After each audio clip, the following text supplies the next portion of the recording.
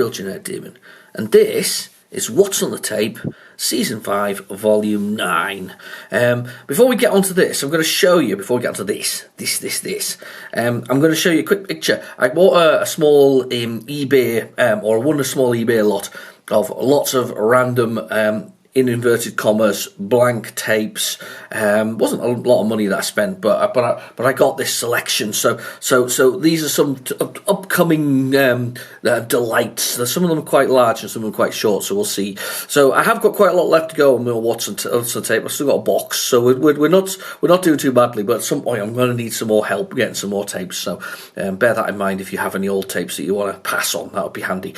Anyway, right. So to this one. This is one of those ones from that collection there. This is just a Boots tape, and I like the fact that it just says, quite literally, it's just Boots, right? Now, I have put this into my Sensei cassette recorder, and I've pressed the play button, and there's Spectrum stuff on it. There's not just Spectrum stuff on it, there's Spectrum stuff on both sides. So I'm not even going to do a reserve tape today. I just can't justify it because it just says games and Boots, and I'm just hoping it's going to load because there should be absolutely tons on there, and if it doesn't, we'll use PlayZX to kind of fill that gap and go through that. So without messing around any further, we're going to play this. So I'll stick this in the tape drive. I'll see you in a second.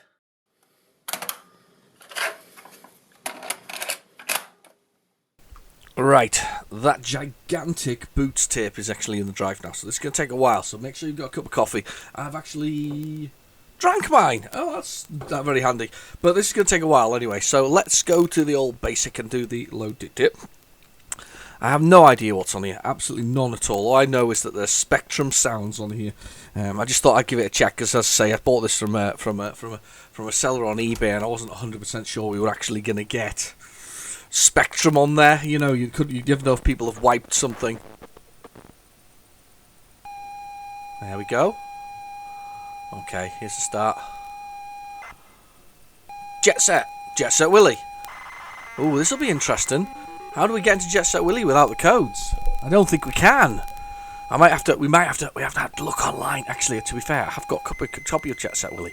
I'll see if I can find it. I'm going to find a copy of Jet Set Willy. Hang on a second. It's just on the shelf behind me. I have Jet Set Willy 2, but it's an interesting story. I'll go with that in a minute. Hang on. So, Jet Set Willy, software projects. One of my favourite games. A lot of people don't like it. A lot of people don't rate Jet Set Willy. Most people don't. A few people don't rate Jet Set Willy. Some people do. I'm not sure that Sir Clive liked it. If you remember the particular episode of the what's it called, the Micromen, that particular TV series that was or single one-off documentary, sort of comedy-mentary, I don't know anyway. But yeah, so most people don't like, some people like it, some people don't like Jet Set Willy. I quite like Jet Set Willy. I just thought it was quite a complex piece of work. It used a lot of memory, a lot of rooms, simple idea, platformer, collect these things. So good old Jet Set Willy. I'll put a picture on the screen as well if I haven't already, of the cover. And then I'll put one of the copy protection on the screen as well, because that's quite nice to look at, because it's really kind of cool. It's like all these colours, which represent the buttons on the keyboard, and I can't remember what's what, so I might have to get down the old Spectrum, because they don't actually put the colours on the keyboard on the new plus twos. But you basically you get a grid reference, and then you have to type in that 4-digit colour code that's actually displayed. So Jet Set Willy, it's kind of a complex sort of large game. All about it was actually the second one. It comes after Manic Miner, and in Manic Miner you're after your fortunes, and of course you achieve that as Miner Willy, and then you become Jet Set Willy because you're jet set, and then you have a blowout party, and your lovely housekeeper, and it didn't load, and your lovely housekeeper Maria, she decides that you can't come back in until you've cleaned up after the party, which seems to be quite a massive do. Right, I'm gonna go use this PlayZX here because I don't know whether it'll come at one which is working, but I think that it's probably the easiest way with that first game.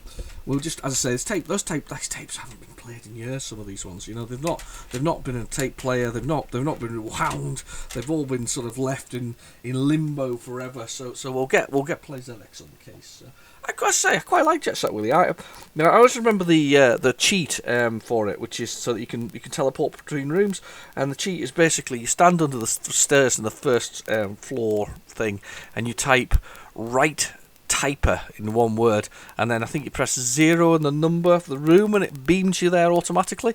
It could be quite detrimental though to your health, realistically, as an approach to doing things, because it quite often dropped you through the ceiling and other things. But you could also then press the keyboard and change where you actually came into it. So let's see if we can Jet Set Willy. I don't even know if it'll be on here. Oh, it is. It is on here. Whether it will work or not, or whether it will come to the cord, we'll find out in a minute. So, it's only a short load, actually, funnily enough. Let's get this on here. It's only a short load. Let's go for it. Software Projects 1984. It was one of those interesting times because Matt Smith, who was the creator of it, and decided the fact that it says Jet Set Willy 1 is interesting because that probably means there's no code on it. The creator of it, Matt Smith, he was 15, 16 years old when he created Manic Miner and Jet Set Willy, and it kind of they reckon he made over $1 million, and I think that's probably been borne out since there. And he went off the rails realistically. He sort of disappeared. There was even a website searching for Matt Smith at one point. It ran for almost 10, 15 years. I actually thought it was quite. I actually followed it one of those days when we didn't sort of have sort of Facebook and all these other things, and I followed the forum groups and saw it as. And he turned up in a commune in Holland, I think, selling bicycles, wasn't it? Or Netherlands, and yeah, same place, you know. But the Netherlands selling bicycles. I think that's what it is. He's back now though in the UK, I believe. I don't know where specifically he is. I'm sure somebody in the comments can tell me what happened to Matt Smith in the UK. I know that he obviously got some more celebrity once he came back here, but as I say, he just made so much money. He went and he just blew it. I mean, to be honest with you, I can half understand being 16 years old and wanting to blow all the money. It was probably quite a lot of fun. I probably enjoyed that. Has he ever written memoirs? That would be hilarious. I think the retro community would quite honestly enjoy hearing about Matt Smith's adventures. However, to be fair, I suspect there are a haze of teenage fueled indulgences. So was that very diplomatic of myself, not to suggest that he smoked it all, but. He may well have done. He may well not have done. I think he did a lot of that, though. To be fair. But yeah, no. So he had some success. Did he write 2? I think he did. I think he wrote Jet Set Willy 2, and then that was it. He was just disappeared off the face of the planet for a bit. Which I suppose, if you're rich enough and it was the 80s, you probably could disappear off the planet for if you really wanted to. So this is going to be interesting to see whether this loads. Actually, I'm interested to see whether or not this. Actually has the code in it to get in or out, or whether we need that or not. But there's a fabulous sort of artwork with it, in the sense of Jet Set Willy vomiting in a toilet. Now, I don't. Do you know something? It makes me wonder nowadays with all these modern games and whatever else is and storefronts. Yeah, there are games I guess that are like this, but this was a best sort of seller. I couldn't imagine a modern day game where you've got a picture of a man vomiting into the toilet with a bottle of champagne in his hands being a bestseller nowadays. I really can't. No, it's going to ask the code. We'll give this a try and see if it works.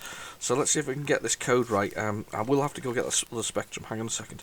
I'm going to take out the tape. Hang on, there's lots of things to do here all at once. Right, that's the tape out. That's the on away because it makes horrible noises and causes terrible interruptions. Hang on. And let's get the Spectrum. It's up here. It's just not too far away. All the old Spectrum so we can see what keys are what on the keyboard. Oh no, actually says, doesn't it, on the screen? Look. 1, 2, 3 and 4. What an idiot I am. Can't even read the screen instructions. How about that? Maybe he knew. Did he know that the 128K was going to miss all that? Anyway. So, Q0, so the very first one, and this is my eyesight, it looks terrible at this. I've got blue, cyan, I think. cyan, magenta, sorry. Blue, blue, blue. 1, 2, 3. I think that's magenta. Yeah, I think that's magenta. We're going to go with magenta, which is 3. Enter. Yes! Wow! Actually worked! I'm more surprised than anything else with that.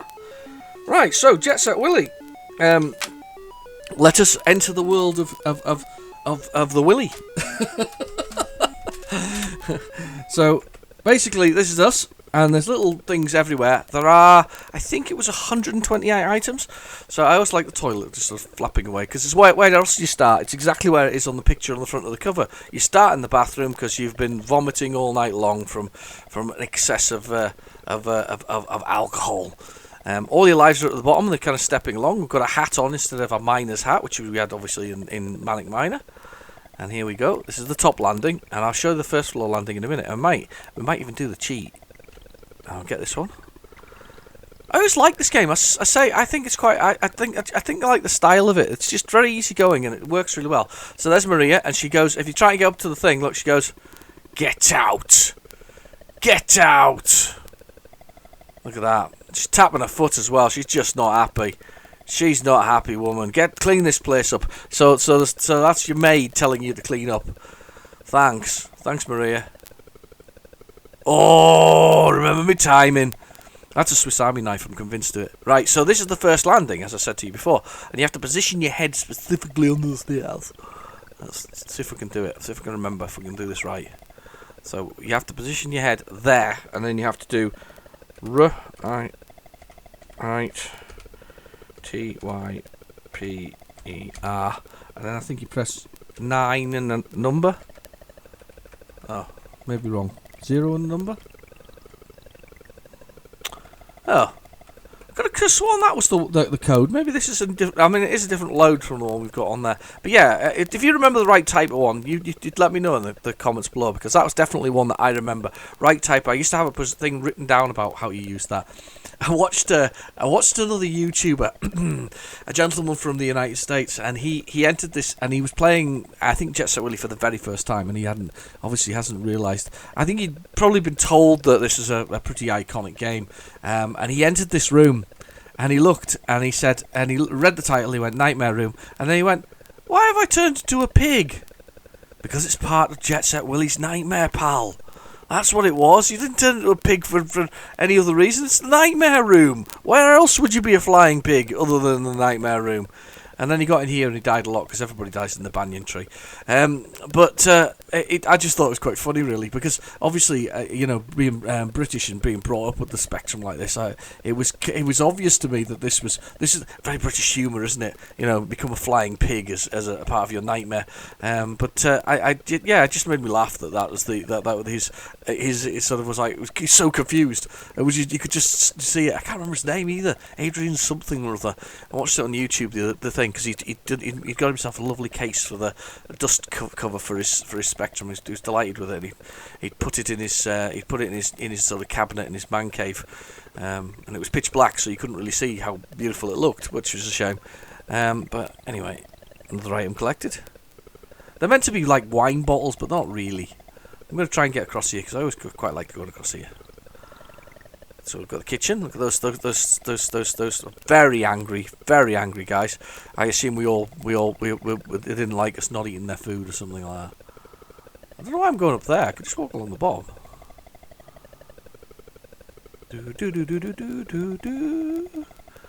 If I was a rich man. That's what the music is, by the way. I'm sure it is. So we jump on this. I always liked the rope. The rope was cool. Ah! But you can climb the rope as well. But this is a really cool level, this one, because you use the rope to get the bits at the other side. Oh, and I've really messed that one up.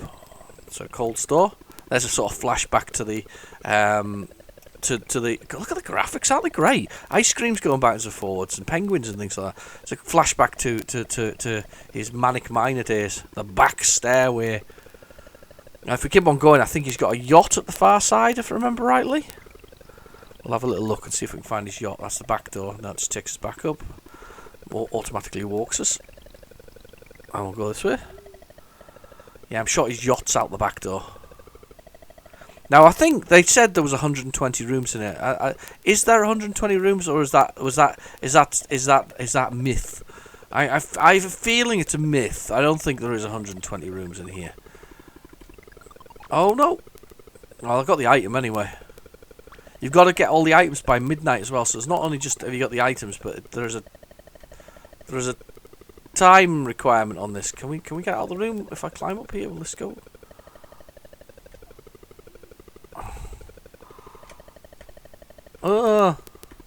I'm climbing up and walking up and down it. There's only 2 keys. There's only 3 keys. Sorry, there's like. Oh, you idiot! Let's go back this way. I quite fancy seeing what's around the back. I just jumped into the tool shed. All right, that's how you get through the sort of the floors there. You jump to go through there. Let's go back over the way. I've seen quite a few rooms here, actually.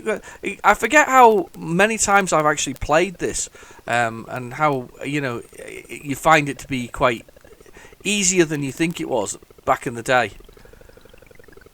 It's not a bad game, and it does actually play quite nicely. The west bedroom.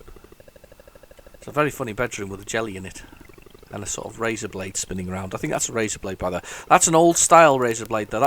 I think that's from the top of a razor blade. There used to be a brand, I think it still exists, called Wilkinson's, and you used to drop in razor blades into the top of it. You've got to be old. You've got to remember those you got to be old enough to remember that. I don't think they still make them. And then they clip down on the top, and that's the sort of side of it. So it's like a razor blade. Anyway, above the west bedroom. I used to like more exploring everything than I did anything else. I don't know where I'm going here. Ooh. West wing roof. There's an item to pick up. There we go.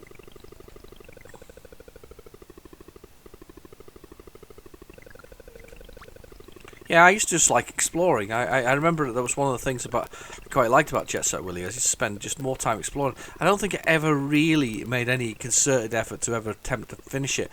And was it finishable? That was the other question. I feel there was something about it that meant it was impossible to finish, or there was a certain room that was impossible to finish. However, to be fair, I've never even looked up whether or not anybody ever finished it or not. I feel like I should now, shouldn't I? Find out whether or not somebody ever finished Set Willy.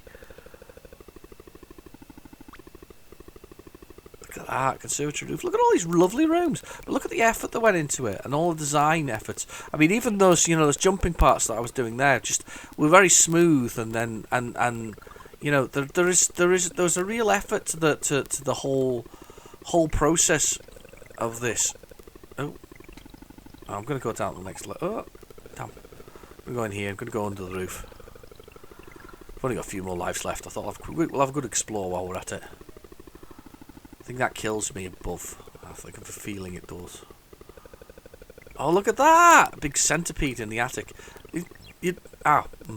I'm stood on by a foot. I always like that. It's also iconic, if you ask me. So yeah, Set Willy, very much an iconic first start to the whole thing. Was it the best game on the Spectrum?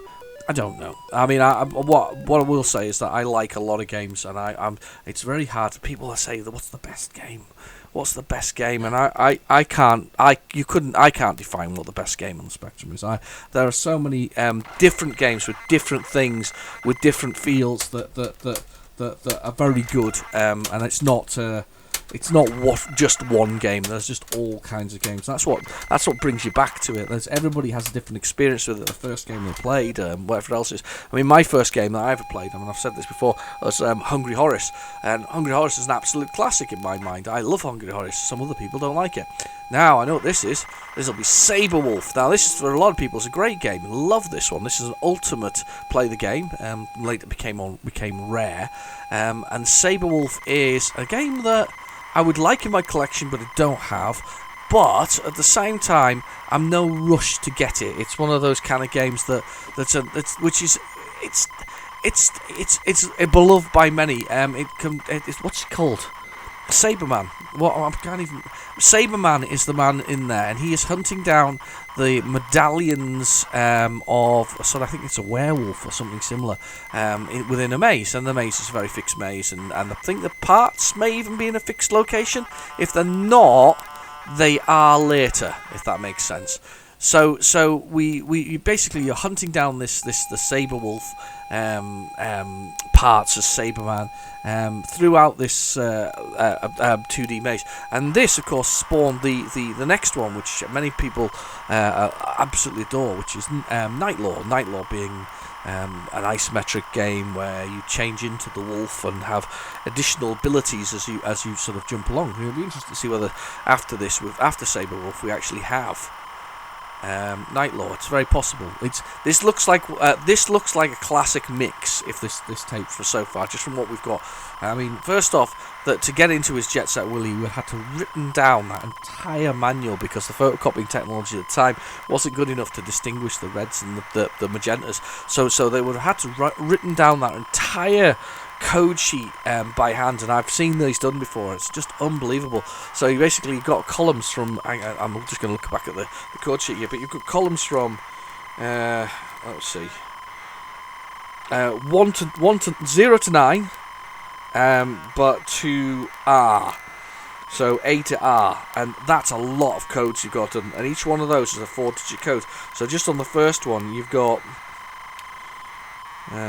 10, 40 different numbers to write down just for the first line, and then it continues on past 10, 11, 12, 13, 14, 15, 16, 17, 18 rows downwards. 18 rows.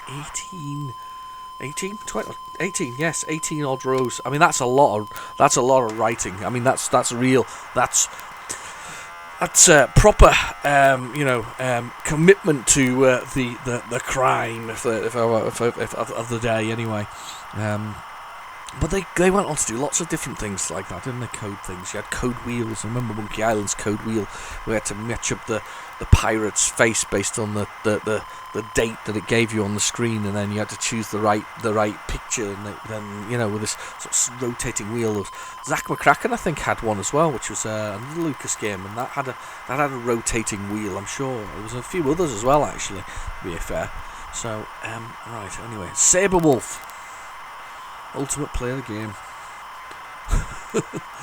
Oh, I don't think I ever saw it in the shops. It's a weird thing. I mean, living in the northern part of England, if you lived on the other side to the Newcastle lot and whatever else it was, you were basically we were quite starved of computer games. It was mostly budget and the very big current brand leaders, if that makes sense. So sometimes things just didn't appear. I don't even remember where I bought Jet Set Willy first from. Not Jet Set Willy. Jet Set Willy too. But where I first bought what's the other one? Jetpack. That's the one by Ultimate. I remember buying it, and I can't remember where I bought it from. I don't think it was Boots or W.H. Smith's, which were really the go-to places. I mean, there's no game back then. There was just those two stores, really, and then the market, which we had a cover market, and there was a number of stalls there.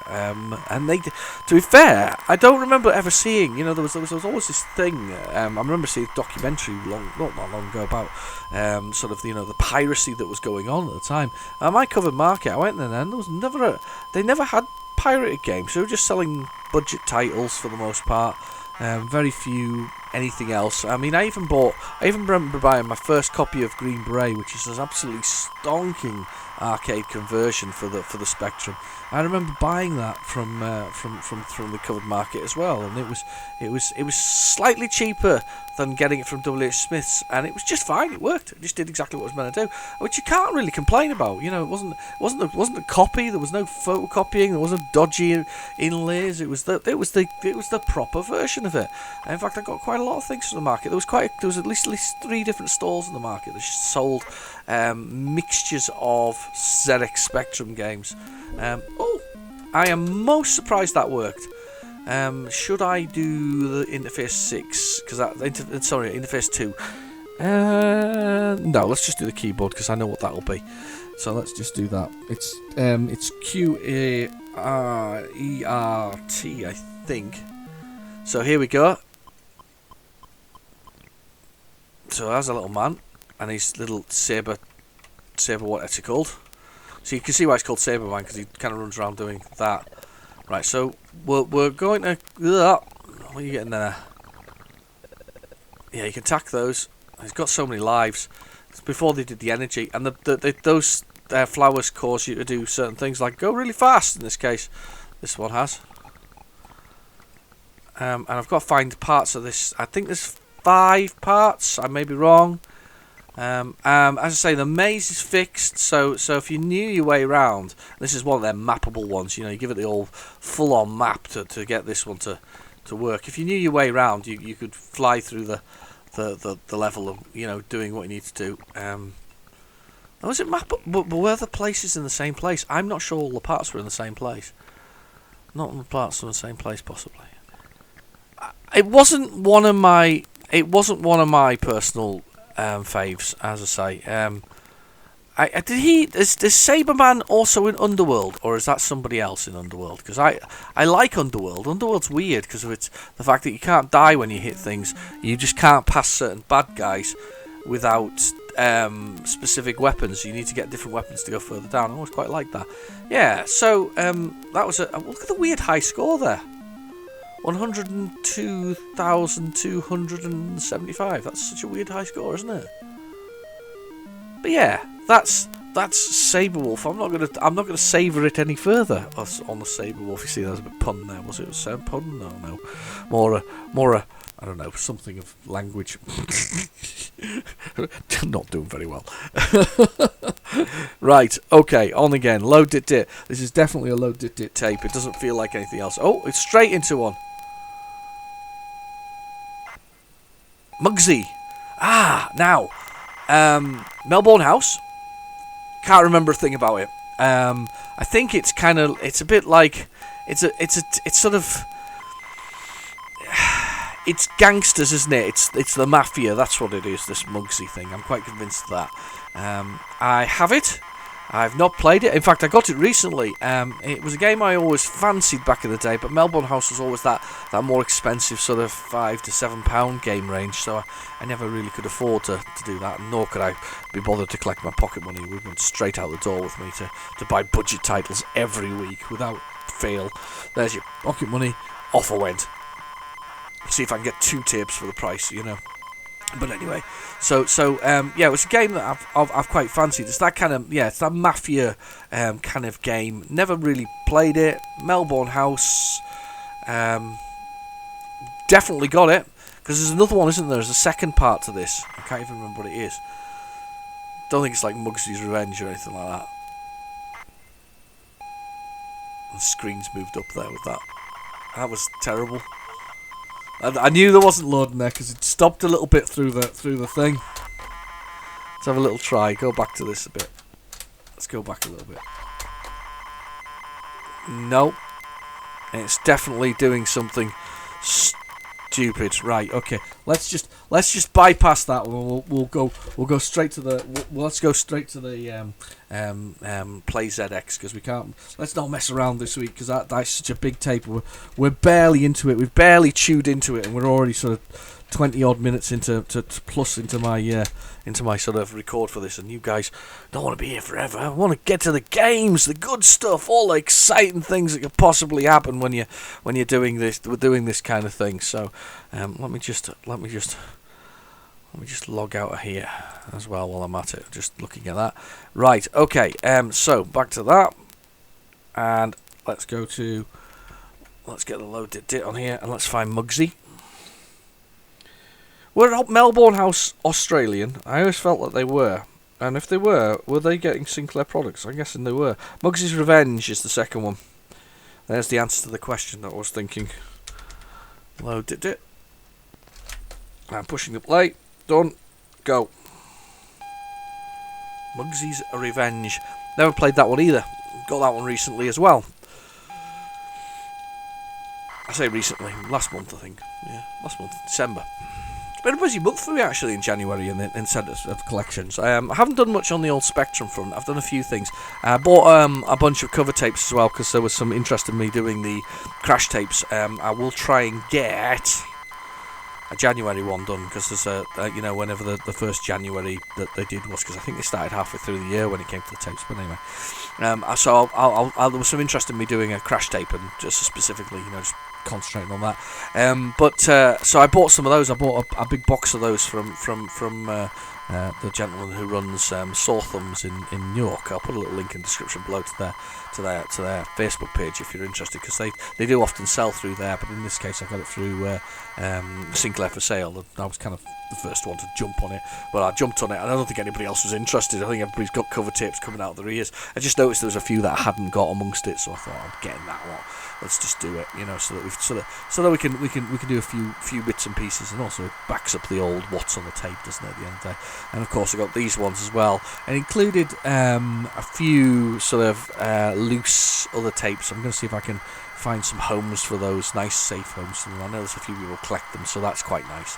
And some people who actually put new covers on them and do go that way. That's also nice that they're not completely disappearing. So I've got a few of those, not very many this time round, only about 4 or 5. So I'm quite happy with that.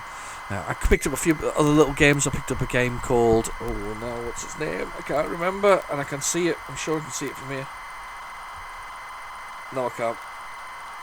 Oh, it looked really good anyway. It had a really 80s cover on it, and I thought, that's the one. I mean, just like real pure 80s. It was that sort of, those kind of, that, the thing about the 80s is everything was black, wasn't it? And then it was like neon colours against something, and it was like sharp edges, so there was like, lightning bolts in bright yellow and pinks and all this kind of stuff. And that's the kind of styling you got from the 80s, and the cover on this is just very much felt like that to me. It had it's got a sort of shooting up triangle with some items in it, and it just looks great. So I thought we'll have to have that one. It'll have to be part of the collection, and I'll load it up and see what it's like.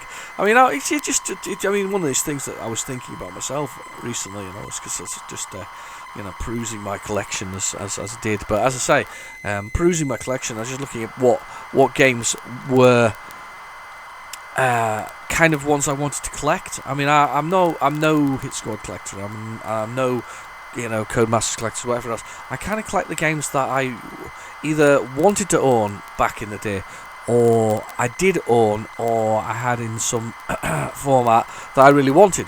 And one of those games is Starbike, which I really like. Now, I first played that on Soft Aid rather than anything else, and I got that, and I still have Soft Aid tapes, but I wanted the original, and that was it came in a clamshell. That was quite expensive, but it was quite nice, and it looks really good, and it even includes the competition to win a BMX still. I'm afraid it's out of date, so I couldn't win a BMX. I'm really quite disappointed about that.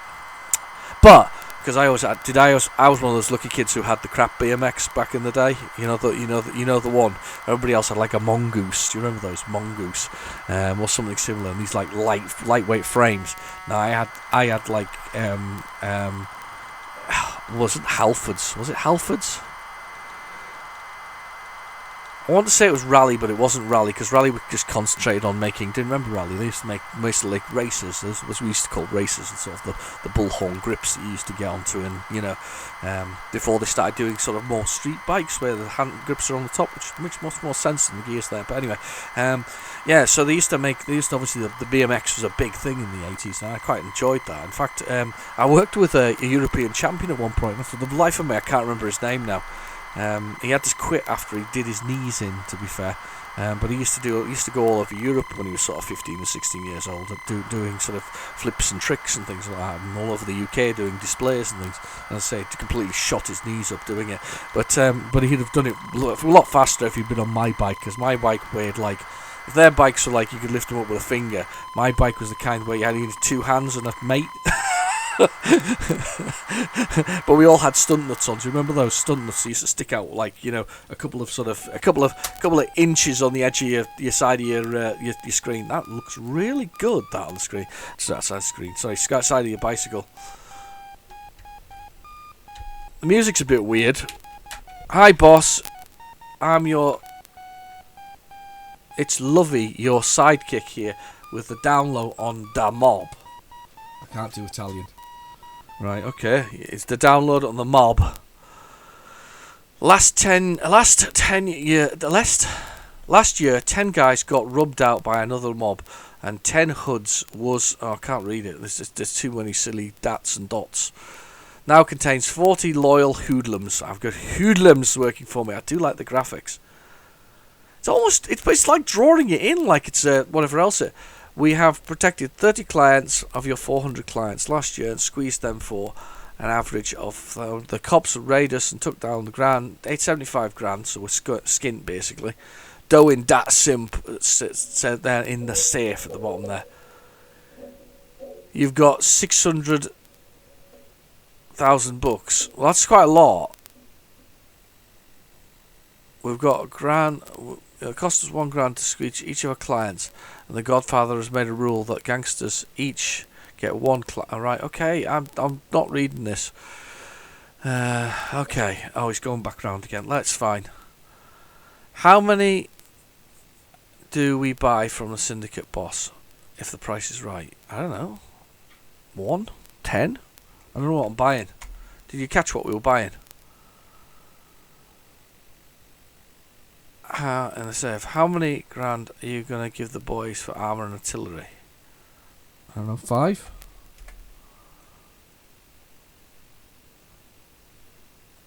You sure got guts to protect.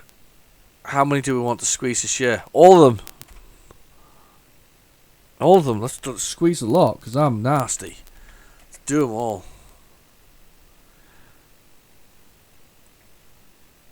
Yeah, okay.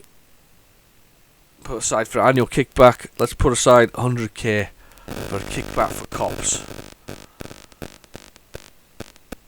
You might think of another Scarface.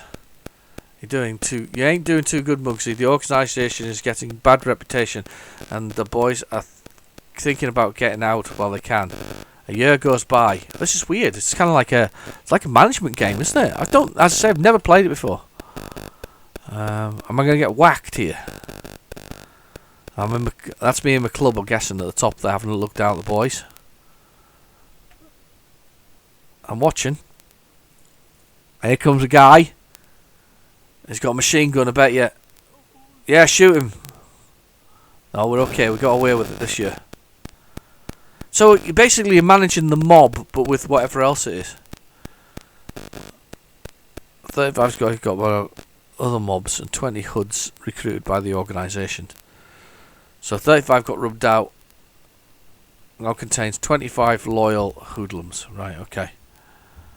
This is weird. I like the graphics. I really do like the graphics. Oh, right, we predicted a load of them. We squeezed for an average. Right, we made a decent amount of money. We kept our losers clean with the inmates in the Penn City. Oh, right, I made some money. I did all right. Territory, you've had it. You're a schmuck, you are, Muggsy. Oh, I've died. I didn't even know what I was doing there. That's a game I've never played before. Really, I like the look of it. I like the styling. The styling's absolutely class. It looks really, really beautiful. It's got a feel that you could think of. It's sort of the Godfather feel, that sort of everything's done at night, creepy sort of feel. It's just a really interesting looking game. How about another game? No. Does it reset? No, it just stops. Okay, let's carry on with the tape. That was cool. I quite like that. I've not really done many mob movies, to be honest with you. I probably only watched The Godfather like once and twice in my life. I rather like the when it comes to mob movies, I rather liked the Matthew Broderick version, The Freshman, where he did actually play with Marlon Brando, and it was I kind of liked that one. That was. I know that wasn't really mob, but well, it wasn't. It was quite good fun. I quite liked that one. I quite enjoyed that one. But on the Godfather front, no, I've never really had. I think I say I probably only watched it once in my life. I'm sure that it's good. I mean, was it Martin Scorsese who did those? You tell me in the comments below. But Martin Scorsese, he's done quite a few movies. I'm trying to think of ones that I liked though by him. There was that one with Nicolas Cage. Now that really narrows it down, doesn't it? Where Nicolas Cage was a paramedic. Yeah, I can't remember the name of it either. No, none at all. Oceans. Moon Alert. Don't know this one. Have I played it before? Nope, no idea. This could be a variation on Moon Patrol, which is pretty commonplace that you've got those kind of things. I'm hoping there's no background noise there for you guys again, because there was a little bit of a dip there. I'm hoping it was probably me going mana. Yeah, it was probably me doing that. So, but there wasn't any background noise there. I put the phone well and truly out of the way, so hopefully it's not there. Yeah, it could be Moon Patrol. Moon Patrol was a game that was, I think, an arcade game first, and then became was also on the Atari 2600, and then kind of moved on to other 8-bit machines of sort of that time as it rolled on, you know. So if it is what I think it is, you basically have to make your way from one side to the other, patrolling the moon, jumping gaps, shooting things in the air, shooting things on the ground, as it rolls on. It's not like Moon Buggy. Moon Buggy, if you search my channel, you'll find Moon Buggy. I rather like Moon Buggy. Moon Buggy's a single screen, non-moving kind of version of Moon Patrol, where you can go left and right, jump the gaps. You have to clear the screen before you can move on to the next one. I kind of like that one, Moon Buggy. That was a Vision game. Beautiful cover. As I say, have a little look on my channel. You'll find that one. But that's Moon Buggy. It was I quite liked that one. And I tried something recently on the Amstrad CPC, and I thought, ooh, because it was called Moon Buggy too, and I thought, oh, I'm going to get Moon Buggy as in the same version that's on the Spectrum, but of course with Amstrad's louder, more arcadey palette. Not that Spectrum doesn't have an arcadey palette, it's just the Amstrad's fills in the gaps with some oranges and some browns and some certain other colours that the Spectrum doesn't get unless you get that upgraded chip, the upgraded ULL chip, the UL A chip, which allows you to different colours on the Spectrum. However, to be fair, I'm not sure how that entirely works, actually, if I'm brutally honest. I think it's an upgraded chip, definitely, that allowed a larger palette on the Spectrum, but you don't have that by default. So I was excited that this might have a larger palette, this Moon Buggy for the Amstrad CPC, and it turned out to actually be Moon Patrol, the same as this. So, well, I'm just going to assume it's the same as this. It certainly looks from the loading screen the same as this. Moon Alert. Oh, I've got Moon Alert. I'm just looking behind me at my ones there. No, I don't. I guess I said to you before about my collection. It's quite eclectic. I'm sort of. I tend to get the ones I like. I'm not precious particularly about anything. I mean, as I say, Starbiker was the big one. I've got New Venture. That was a very expensive game that I ended up buying simply because I've not seen it anywhere else. So I stumped up the sort of, well, I didn't stump up the money. My wife bought it for my birthday, so she stumped up the money for it. But it loads and it works, and I'm absolutely delighted with it. It's one of my favourite sort of games where you run a shop.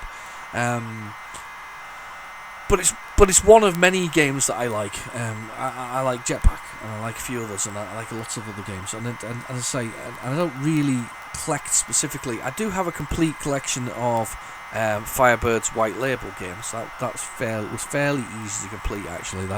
I think the highest, most expensive game amongst that entire lot was £20, and only because it was probably one of the last ones. Oh, I can't believe that did that after all that loading there. Let's go straight to PlayZX.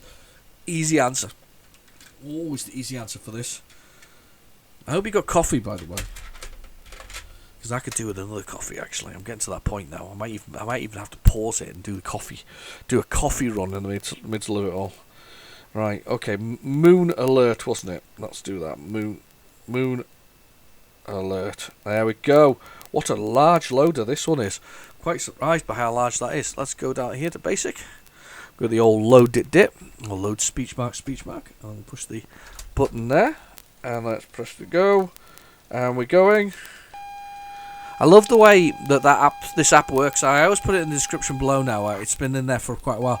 It's really just quite a great app that allows you to, well, load the games as if they were coming from something else. So I use a cassette that basically connects into the cassette player and then plays back from my phone. And thankfully my phone has got adequate volume. I've got a Samsung phone, nothing particularly special.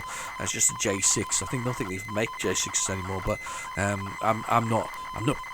I'm not for one of these people for paying stupid amounts of money for phones. I would far rather get a phone SIM only and then SIM only it, basically with stick your SIM in and pay £7.50 a month as I do for mine, and which for unlimited calls and texts and only about 4 gig a day, but I don't need much more than that, to be fair. Because I discovered I didn't use it, so it's a good way of doing things, That's and you just buy the phone and then you use the phone as little as you want. You don't have anybody chasing you going, it's time to upgrade. The only time they chase you realistically is effectively the re-sign period, where you get to the end of it and you go, they say your contract's up, do you want to sign again? But it's funny because I changed from one service provider to another, and I've never been more popular with my previous provider than when I decided to change. Yet before that, not a single call, not a can we do you a better deal, and can we do you this, and can we do you that.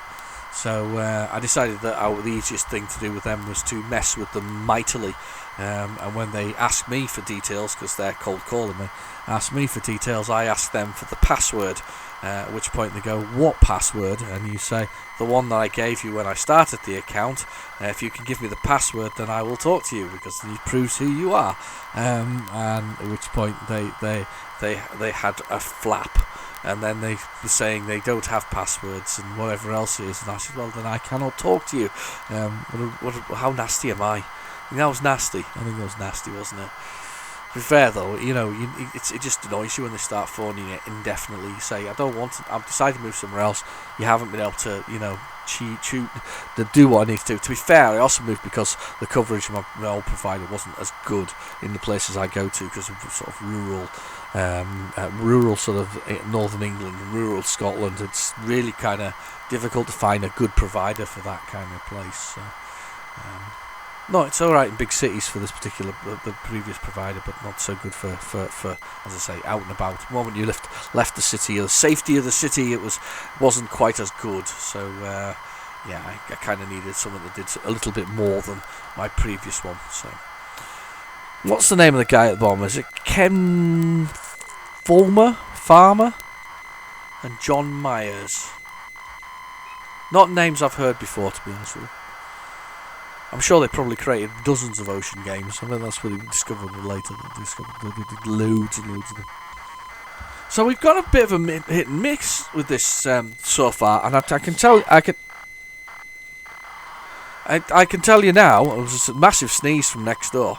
I can tell you now that we're a quarter of the way through, and we're up to 4 games in now. We've had Set Willy, we've had Sabrewolf, we've had Muggsy, which I've never played before. We're now on to Moon Alert, so we're 4 games in, and we are a quarter of the way through the tape. Not very far at all, to be honest with you. And we've still got the other side to do. As I say, this is a proper tape. This is the kind of tape that melts your mind with the amount of stuff that was put onto it. It'll be chocker to the max. This is a fully fledged proper special tape that somebody's put together with everything that they could possibly throw at it.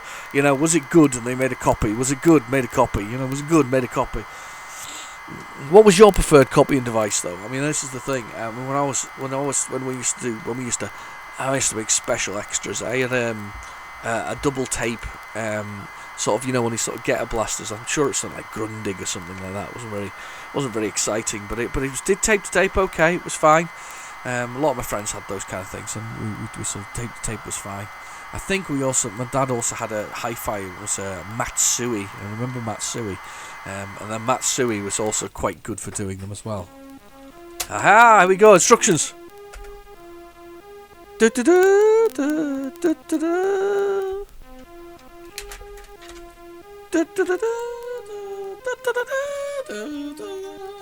Excellent. Enter. Right, what's the instructions? Okay, let's see what we got here. So I think C and X will go left and right. Q will Q to Q. Oh, hang on, I'll have to do N and M. Q and fire is A. So Q A is space. And space start the game. And do you want to use the Sinclair interface too? Oh, I could probably do it on the joystick. I'm gonna say no. One player. Alright, it definitely is Moon Buggy, I think.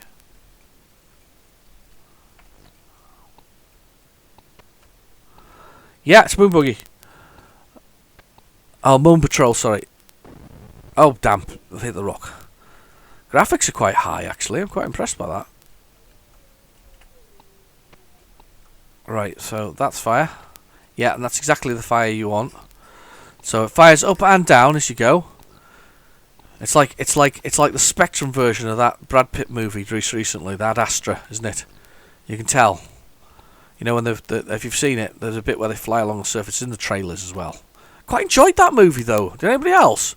I found it really. It kind of suited my sci-fi feel for movies. I quite enjoyed it was quite a lonely movie. It's like, I don't know. Have you ever seen the Danny Boyle movie Sunshine? I really love sci-fi. I'll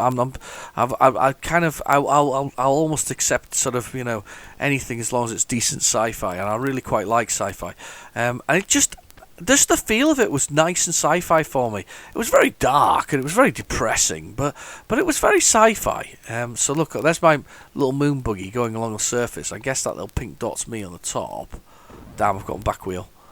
Game over. I'm going to try again because we're going to do that. We're going to try again. It was very dark, but I liked it. I liked the feel of it. It did well. It's nice that you got the title screen still there. Right, let's go. I'm going. I want to get to the F zone. Oh, just jumped right into that like an idiot. Right. Go. It just takes a second to go, and then I don't want to jump.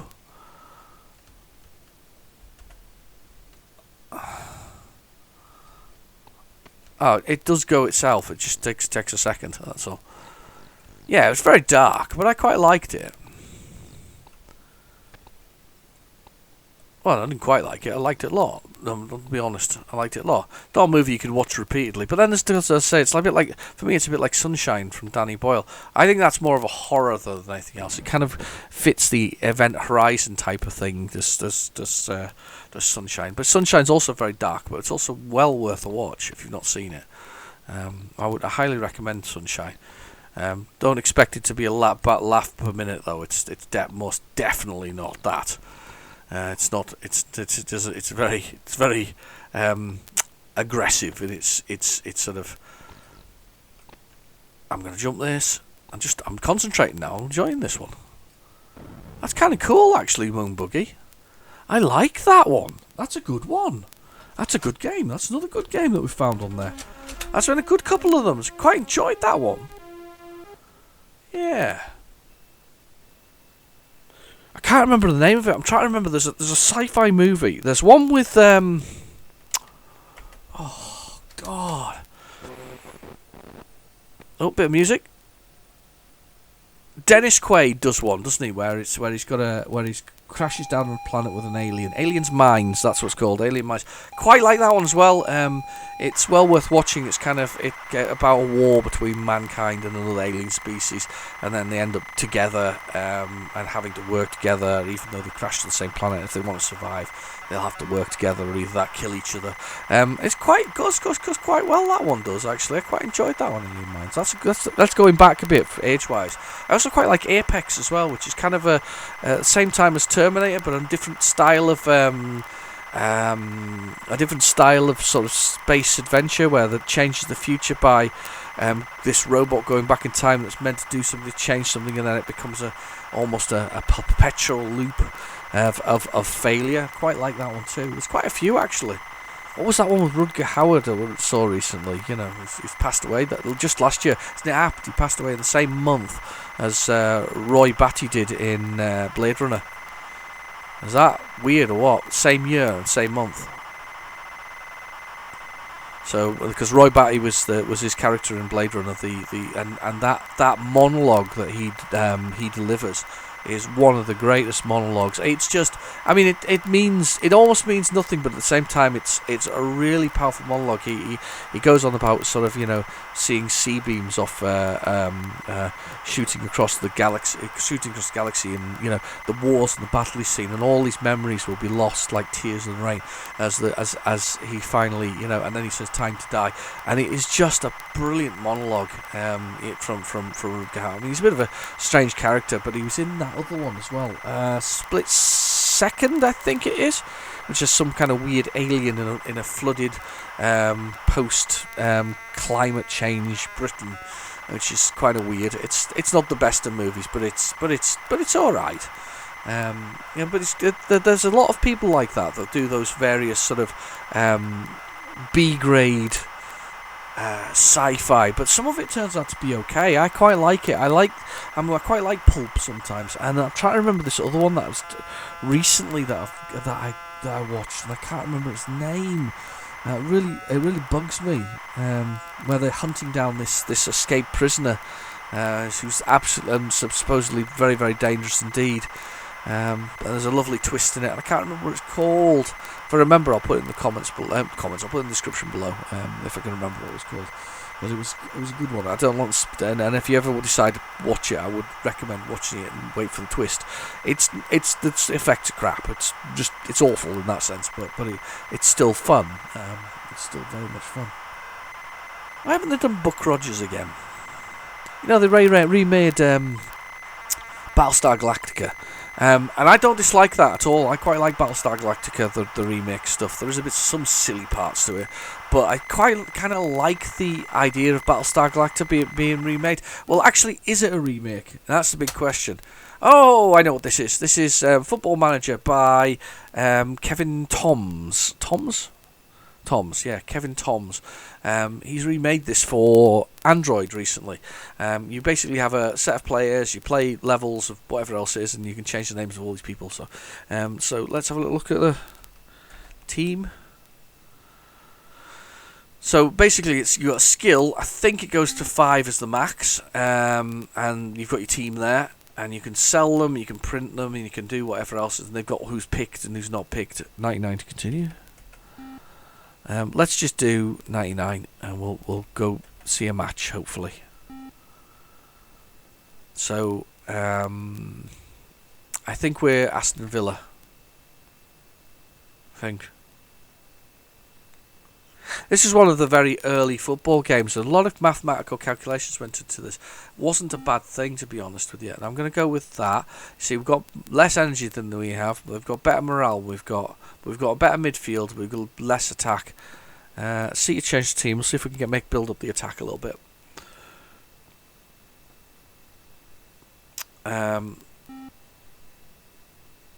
Let's change. Let's do the midfield. So let's do type of player. Let's do type player number. Player number 11. No, 15. 15. He's now picked. Right, so he's picked. Who's it unpicked? I don't know who it's unpicked. Let's do player 2. Get them in.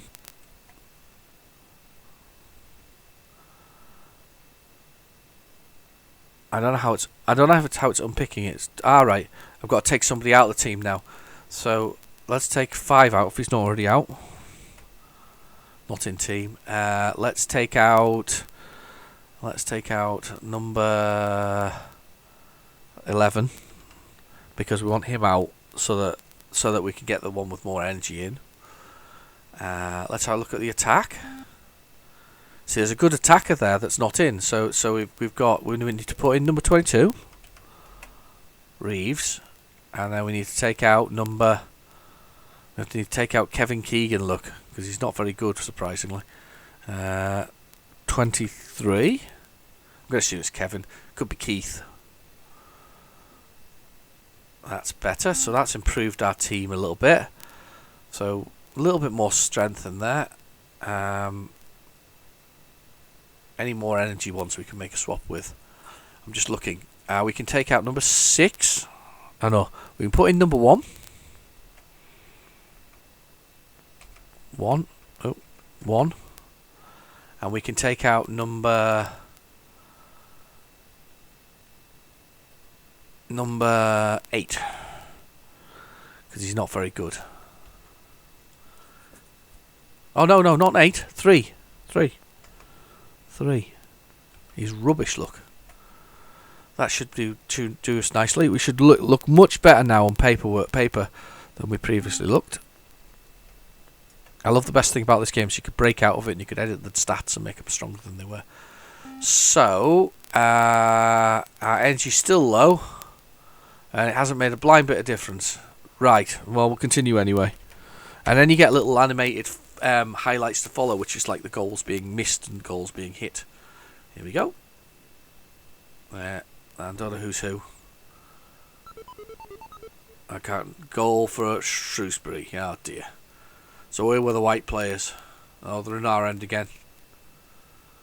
Here they come. Here they come. Here they come. They're going to shoot. Oh, missed. That's good. No goal. Excellent. Let's see if we can get up there, and come on, guys. There wasn't many changes or alterations, really, to be honest with you, with this. It was very popular at the time, I remember that. That's enough of that, anyway. Let's see if we can break into it while we're at it. There you go. So you can list the entire program. There we go. The whole thing was listable. Break. We'll just do a new. Well, save time. Right, let's go. Next one. See what's on here. We're about. Ooh, we're just about halfway. On the first side. Ryder. Oh, is this the? Oh, is this the one?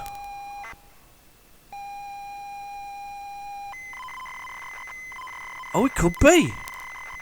Right, so, a little bit of history if this is the game I think it is. Yes, I think it is. Ryder. Ryder is a game that I bought, and I've actually done a little video for and not uploaded it yet, funnily enough. So it's kind of interesting that this is here. Ryder is a game, it comes as part of Virgin's games, a number of the games that Virgin wrote.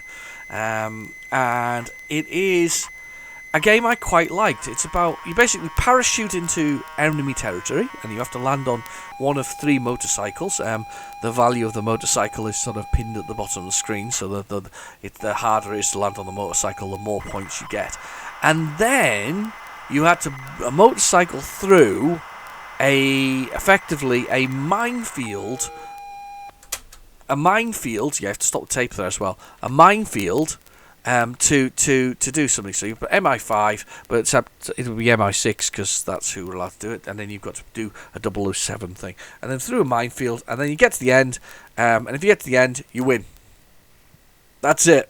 Dead simple. I kind of liked it back in the day, though. I remember enjoying that. So we got left and right with 1 and 2. And then when you get to the next bit, it's go fast and slow with 0 and 9. And that's it. And then you just press play. And it loads the next bit.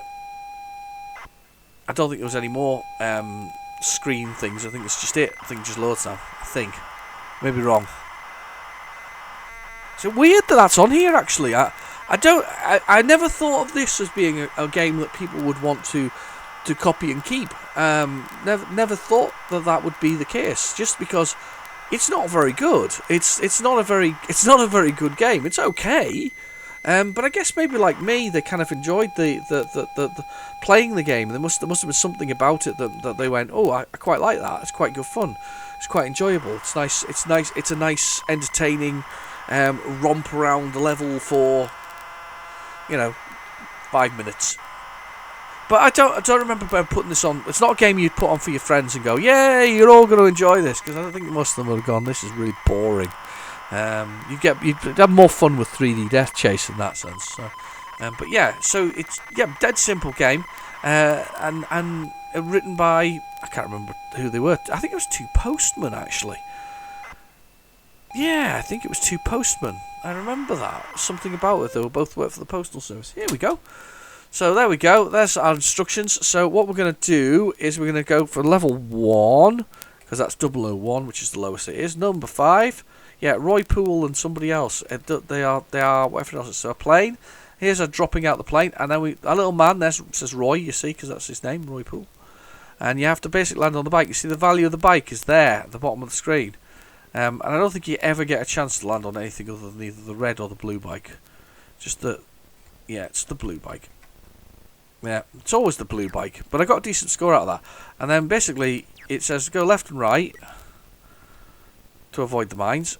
And I hate to say this, but you can cheat and just sit over this side of the screen. You get more points the longer it goes for, but you can really just stay over here. See, it's trying to avoid telling you which side the mines I'm mostly going to be on. And we do that, and as long as we don't crash into any mines, we should be able to finish the level. And then it just has more mines on it if you play on the harder levels, and the bikes move a bit faster at the bottom of the screen. It's basically it. Yeah, mines are on the right, mines are on the left. Yeah. We managed to swerve through that. Yes, well done. You've been promoted. I've recommended you for promotion. There's your score. Pressing the key to play again. That's it. Congratulations. I actually finished the game for you. 1983. Yeah, Roy. It's Roy Poole, I think, and somebody else. Both were. I'm sure they were both postmen. Because the thing about Virgin Games is they used to put a little bit of information about each of their writers in the bottom of it, which is quite good fun. Anyway, right, so that's Rider, a game I never expected to actually find on one of these compilation tapes. However, to be fair, as I said to you, it depends on what you found and enjoyed at the time. When I started collecting Spectrum games again, Rider was one of the first games I bought again. It was dirt cheap. It was like, it came as part of a bundle. I must have paid like 25p for it. But I just remember it and remember enjoying it. NG, no idea what NG is. NG is loading. NG. Nope, nothing comes to mind here with this one. But yeah, so say Ride was one of the first ones. And then I started, I think I've got most of the Virgin games that came in the pink and black. No, pink and blue cases. I kind of like those ones. I like the fact that each one includes sort of instructions about various people and whatever else is. I think I've uploaded, and if I haven't, again, it's another one. Night Gunner. Right, okay. Have I played Night Gunner before? Is this one of these really tough games that we was like a simulator? I think it's maybe a tough game like a simulator. Anyway, I like the Virgin games because they were they're kind of written by, Tom, Dick and Harry, who were practicing on the computers for the first time. There was no, I don't think they had any real serious they may have done some serious writers, but the budget title were people who were either writing them in BASIC or writing them in machine code or doing it as a sort of hobbyist thing rather than serious. We're going to make a fortune out of these things, because I doubt they made a fortune. I doubt they sold many copies of Rider. I really do. I bet a lot came back to the shop with, it's not very good, that one. I still quite like them. So, and there's one called Lost. I quite like that one as well. There's one with sheep in it, where you're going to take sheep and put them into a pen, and I mean they're just stupid, really. Lost is quite good though, because Lost is written by a school teacher, and I don't know if I've even posted this one. It might even still be in my collection once doing. It's written by a school teacher, and it's about survival, making your way out of you're stuck in a sort of forest and hills, mountains. You have to make your way out, and you've got to feed yourself, you've got to avoid snakes and a few other things, and just make your way out of it. And it's not bad really for what it is. It's not brilliant. It's not gonna, let me think. I'm trying to think of a good Spectrum equivalent of survival game. I just can't off the top of my head, other than probably Elite, and that doesn't really match in the style, because Elite is there isn't a survival element as such to it. But either way, there's an element of survival to that one. And it kind of reminds me of a board game at the same time. And it's quite good though. It's quite good. I quite enjoyed that one. Digital integration. I have this somewhere. I think I have this, but I don't know where it is. I'm looking upwards above me, just to see if it's on the shelf.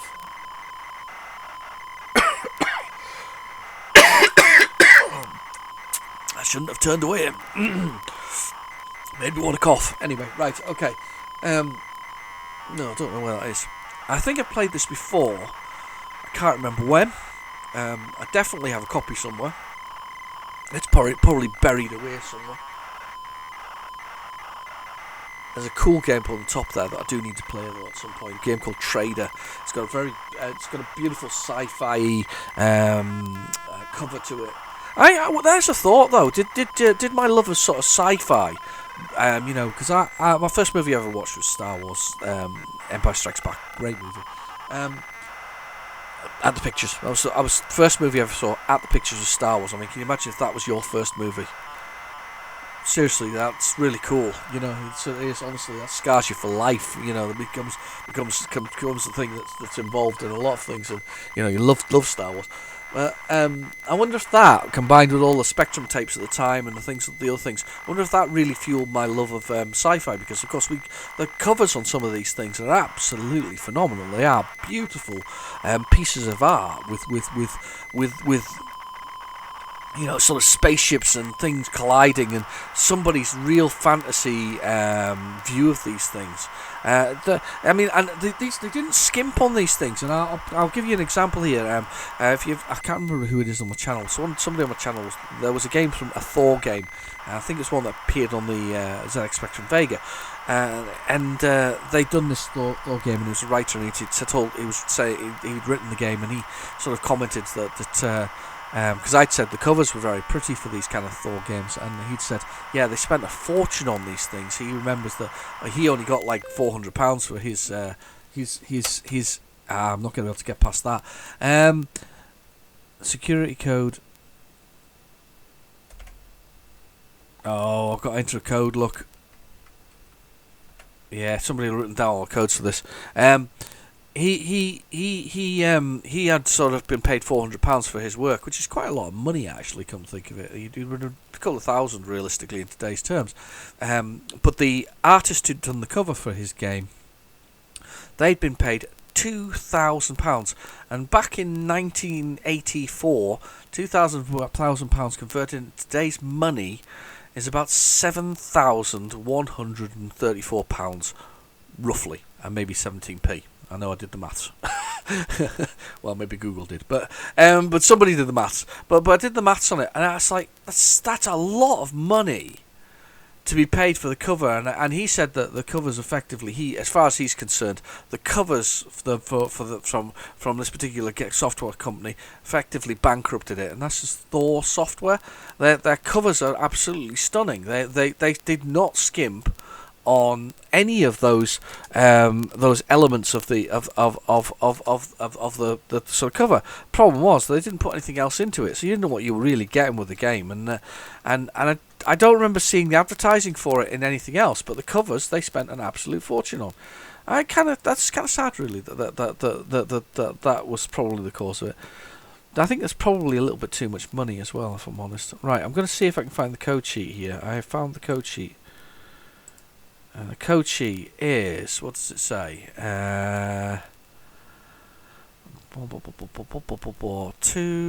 Code equals 253, and I need to put in 907.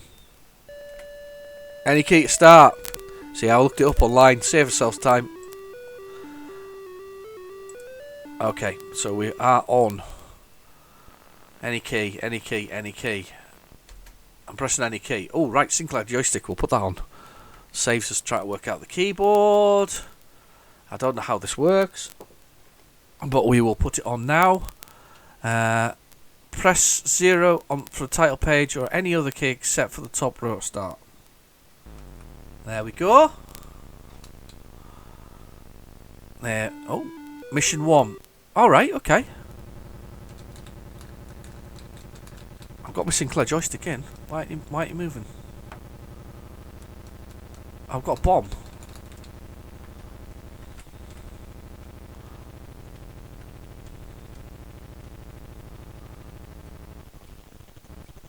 And there's. Hang on. So did I not change the keyboard? I thought I changed the keyboard. So I'm obviously flying the B-52 bomber, and you can choose where you are. Depends on where you in the plane you are. Ah, right. You can swap around your locale. I'm not sure how this works though. One plane's wing is on fire. That's a shame. Captain reports. I don't know how it works. There's a little bit more to this. It's one of these games that I'm going to have to come back to at some point, I think, to be honest with you. But it looks like we can move around the bomber and either be bombing, shooting, flying, doing all different things at different points. It's kind of cool. I quite like the idea of that. But it definitely needs some keyboards because, as I say, I am dropping bombs here. I'm doing all kinds. And I'm not really... And when I tried the controls there, they didn't really do anything for me. There you go. I've changed again. No idea. No idea at all. Oh dear. Oh well. That was quite interesting. Another game. We've got another one through. We've another set of codes. The code sheet for that was massive as well. Somebody really was into their special tapes, weren't they? Right. So we are just over the halfway mark. We've given that tape a bit of a blast, and we're going for it. Okay. Let's see where we're at. Bite Astros. Right, well that won't work if I don't do load code, so let's just break that now. Load. Extended board. Code. Astro. Let's go for it. It's funny that a lot of people that the load code was there. But a lot of people just use that sort of front header sort of program, the initial one, to then do the load code or flash the screen black or something similar. I mean, certainly when I used to write my basic programs, I used to try and do that. I used to do like a header, and then I would do a load screen that I would save as a screen file, and then I would do my basic program behind it because I didn't do any machine code programming. However, I've got some books for it nowadays. I'd like to give it a try. I think that there's something called ZX Spin out there apparently that allows you to make life a little bit easier on yourself. Sort of for writing machine code for the Spectrum. Oh, that was quick. K for keyboard because I haven't got a Kempston in. Asteroid Blaster by John Edwards. Controls 6, 7, 0, fire and S to start. It's Space Invaders. Yeah, it's Space Invaders. Very fast Space Invaders. There's not much option that they give you, is there?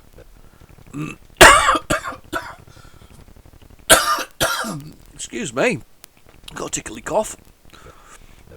And I've run out of coffee and everything. It's a nightmare. Right. Can't... That's alright, actually. It's not too bad. Astro Blaster. And that's it. It'll be a 16k game, I would say, just judging by the size of it. Just as long as stay away from the firepower, it's okay. Actually, they seem to drop a lot more when there's more of them. Actually, to be fair, you've got to give it kudos for the speed, because it's pretty fast. Is that it all over? That's not bad, actually. Not bad at all. You've reached on today's high scores. Please enter your initials. Use left and right and select. And then fire. Yes. There we go. Brilliant. Today's greatest. 420 points. The Demon. Excellent. Let's carry on. Let's see what else is on here. I'm excited. It's good, this one, actually. It's a good tape. We've had quite a lot of success. I'm more surprised than anything else. I sometimes wonder about tapes and sitting there. Oh, jetpack! Oh my goodness. They've made my day. I often wonder about tapes sitting though. I think that all tapes should be rewound. I'm obsessed by rewound tapes, and I hate it when I come and they're not rewound. I mean, this one was partially rewound, and I think to some extent that's probably one of the factors here. I don't think that really helps at all, not rewinding the tapes. It drives me round the twist, to be honest with you, when I find them. Why didn't they rewind it? I don't always remember. Do you remember that thing about video shops and where they charge you extra, or you'd rent your video and you wouldn't get your deposit back or whatever you got back on it. They'd charge you for the fact that if you hadn't rewound it, so you'd watch it and you hadn't rewound it. What was the? That's not going to load, is it?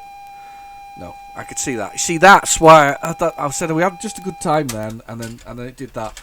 Let's reset this and let's get the old PlayZX on, because this is a good game. It's a great game, in fact. So good. I've got 3 copies. I'm not kidding. I am not kidding. Definitely. It's just, I just love it. I think it's brilliant. I love the way it looks and it feels. So I can't help myself. I had to have more than one. I don't just collect them for the covers. I collect them to work. We've said this before. We've discussed it, but I prefer it if they work. Jet Pack, that is the one. Right, okay. Go down here, load the dip. This is one of my favourites. This the Spectrum. This is an arcade classic in any right. This could have been an arcade game. You could have had this in the arcade, and you'd have been delighted with it. You would have been absolutely. I would have never left the arcade if this was an arcade game. In fact, this should be an arcade game now. And we're not talking about the remake, because the remake is not Jetpack in my book. This is Jetpack. This is the version that's Jetpack is this version, and it should be. And the arcade version should have just been like the Spectrum version with more colours. That's what it should have been. It shouldn't even bother to do anything else. It just should have colorised it. So whatever he comes up on here when he gets coloured in. Let's have a look. I don't think he gets that much colour on him. I think he gets some colour. Let's have a little look. Yeah, he's actually white. So, but it should have just been. Yeah, there's a rocket behind. It's just a brilliant single screen shooter with a simple premises. Yes, a small house that's located in the country, a very small house. Somebody's going to get that reference. Anyway, he lives in a house, a very big house in the country. Anyway, the whole premise of the game is just brilliant. It's just that single shoot 'em up action, I mean, it's hard to explain how good this is as a game. It's just you have to play it, emulate it, put it on, get the rare replay pack. I think it's on there, isn't it? It's for the Xbox One. I think you can get it for the PC. You can get it on there, and you can play the dodgy remake if you really want. But nothing will really sort of change my feeling about how this is and how it looks and how it plays. And it's just brilliant. I always wanted the cartridge version as well, of the ROM pack that you could get. I always thought they looked cool, and then nothing happened with them. They kind of cheated, didn't they? Never really finished that off. We should have finished that one off. Right. Okay. Can I remember the controls? That's the next question. I think I can. Let's just do it. Number 5. Right, okay, let's just do the controls.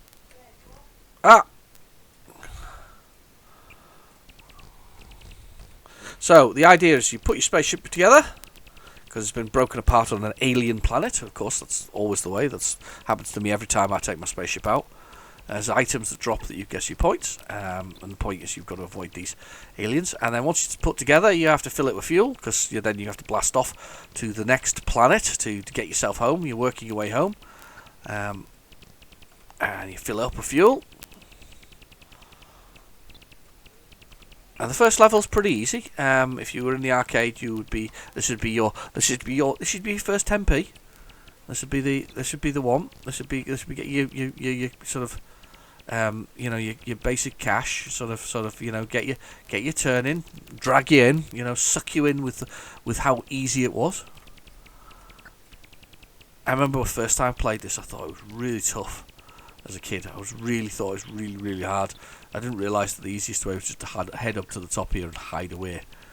So we drop our fuel in here, and then once this thing starts flashing, we are good to take off, which is what we're going to do now. And we take off, and we fly away. One thing that always annoys me is it tells you how many lives you actually got in total, including the one you've got. So it says like 4 lives. The moment I get out there, it'll say 3. Because, of course, you're using one that's currently there. Right, so here we go. And we don't have to do it again. I think it's every 4 stages. We have to swap around to do something. So 4 stages, it breaks the ship up again.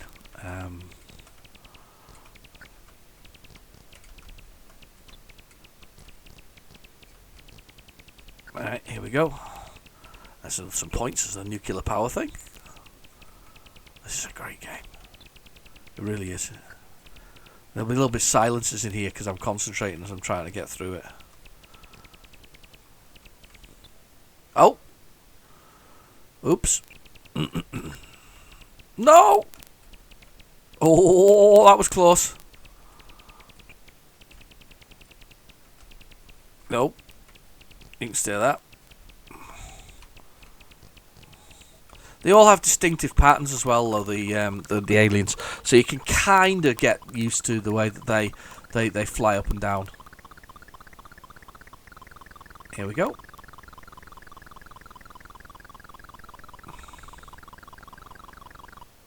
Right. Don't think this one's home in on you. They sort of bounce around like bubbles. These ones. I'm just grabbing all the extra points. I'm just terrible. I don't think I ever finished it, because it's not finishable as such because it loops like a proper arcade game should do. Forces you to play again. I don't mind games having an end sequence, but I want them to start again and just keep adding to your score. Because if you've got that far in the first place, they should just ramp up the difficulty even more, and then they'll let you play again.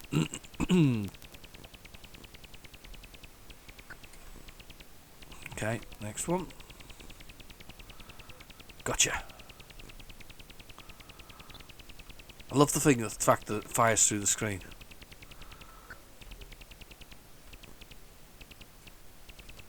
And away we go. I think I'm doing really well. Sorry about this.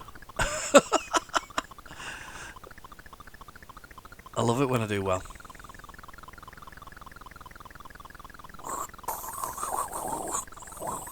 As it lands.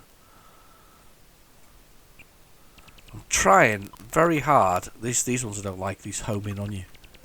These like little homing jet plane things.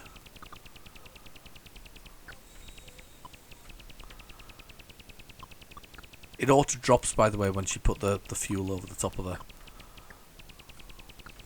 it. Yeah, here comes the jet planes.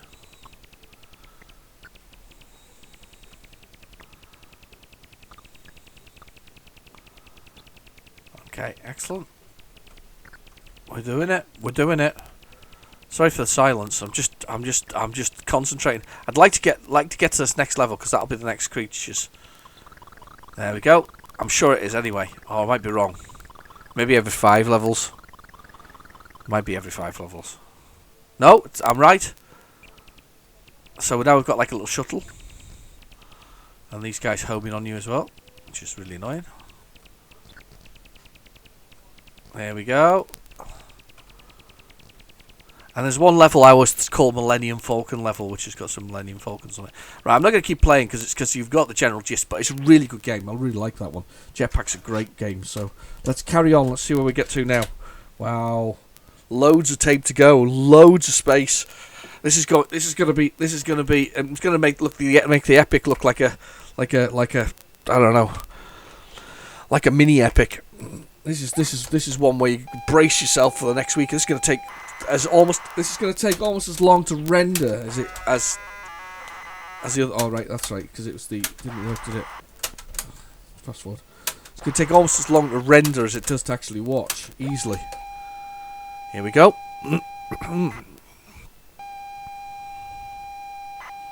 That's. I think that's part of that game.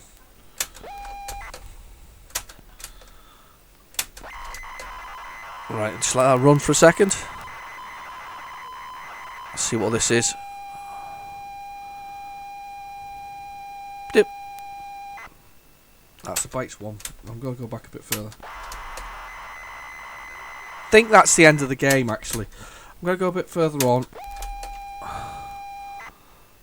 Bikes 3. Yeah, I think that's just the end of that. Just the end of Jetpack.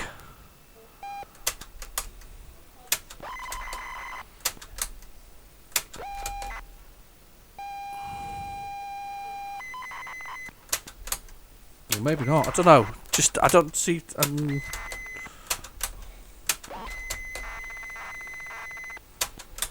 It's quite long, that.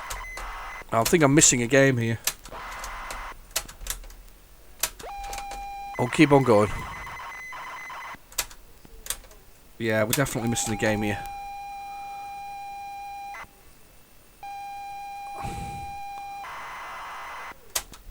A lot of that bites 1, 2 and 3 though.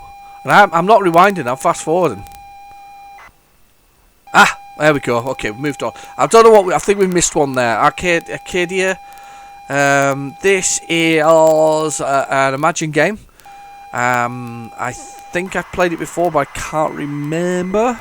It would be. To be fair, I've been quite surprised we haven't hit an Imagine game before now. So I'm not sure what we missed there. It could have been just another jetpack loading. It seemed to be a repeat of the same little bits at the end there. So maybe it was 2 copies of jetpack, just in case one didn't work. Don't know. Don't know what this is. I don't even know what the loading screen is. I can't remember what it looks like. It could be a shoot 'em up. I think possibly. Imagine was a funny group of people for me. Their real strengths lay in some of their, arcade conversions. I mean, I've mentioned Green Beret before, but some of their arcade conversion stuff was much better than, and some of their sort of bigger name games were better than some of their smaller ones, if that made sense. Some of their sort of early budget ones I don't think were particularly good. Press any key. Yeah, Imagine Software. Okay. Presents Arcadia. I think I have played this, but I can't remember. No, I don't know. Can't remember. I won't remember until I start it. It obviously really struck a chord with me because I have no idea what it's about. Press any key to begin. I have. Oh, to shoot 'em up. Oh, what's the shoot key? Oh, right. Oh, that's quite good, actually. I lie. There's some good games here. How does that let me thrust all the way up the screen? Oh, it does. I would have known that. I would have done that earlier. Oh, wow. Look at that. I like that a lot. Oh, wow. Is there anything other buttons? Go and get a shield. That's a pause. Wow. That's really good. Get hold of that, you arrow creatures from hell. Oh, there's a limit to that, how far I can fly up the screen. A bit like, well, that's good, that. Oh, what are you doing? I've not played this before. Definitely never played it before. Quite impressed. Like the way the gun shoots, though. Like the guns go far forward and the thrust, sort of shoots you across the screen. That's kind of cool. I like it. I like it a lot, actually. More than I probably should. Well, that's good. Oh yeah, there's some skill involved in this. This is proper arcade stuff, like I like. We're going across there like that. Here we go. Here we go, thrusting across. Ouch, ouch, ouch, ouch. Massive explosion. Ooh. I've definitely got this, but I've never spent any time playing it. I'm definitely playing this now. This is gonna get a good blasting on, because it fits my mentality about some of the things that the Spectrum was really. I mean, the Spectrum did some really good stuff as well. Don't get me wrong, but sometimes some of the little smaller arcade style games like that are just absolutely phenomenal. They really do a beautiful job of well, you know, of being good fun. Right, let's go. Let's see what's next. This is some tape. It's just like a number of. It's like this. Well, to be fair, I would have said the greatest hits, but it had Ryder on it. That wasn't the greatest hits of games I've ever played. Ground. Attack. So ground attack probably then. Not a game I recognise either. Could be another Imagine game actually. Possibly. There's another one that Imagine do, and I've got a copy of it. I think it's called Stonkers, and I don't think I've ever played it, to be honest with you. There's another one that I should play. Arcadia, that was not what I expected. I quite like the play on words though, that it would have been an arcade style game. That could have been a sweet arcade game. That really could have been. Oh, ground attack by Silversoft. Oh, I like Silversoft. Do I have this? I probably do, you know. Right, Ian Haywood, 1982. It's a very early game. Press any key to begin. Speed 1. Right, okay. What do I have to do? Oh, I know what this is. It's Scramble. Keys are what you'd expect, which is curse keys. We can fire bombs.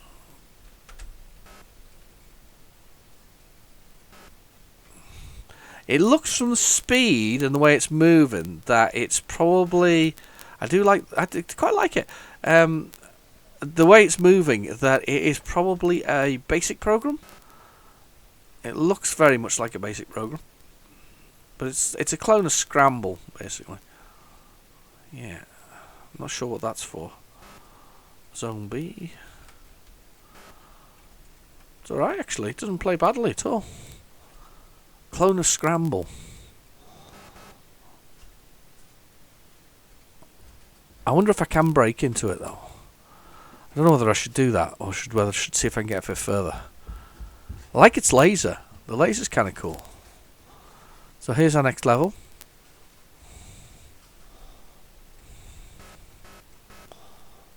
That's easy enough. Ground attack. Or scramble. Oh, just died. I was going to say, so far I haven't been hurt by anything.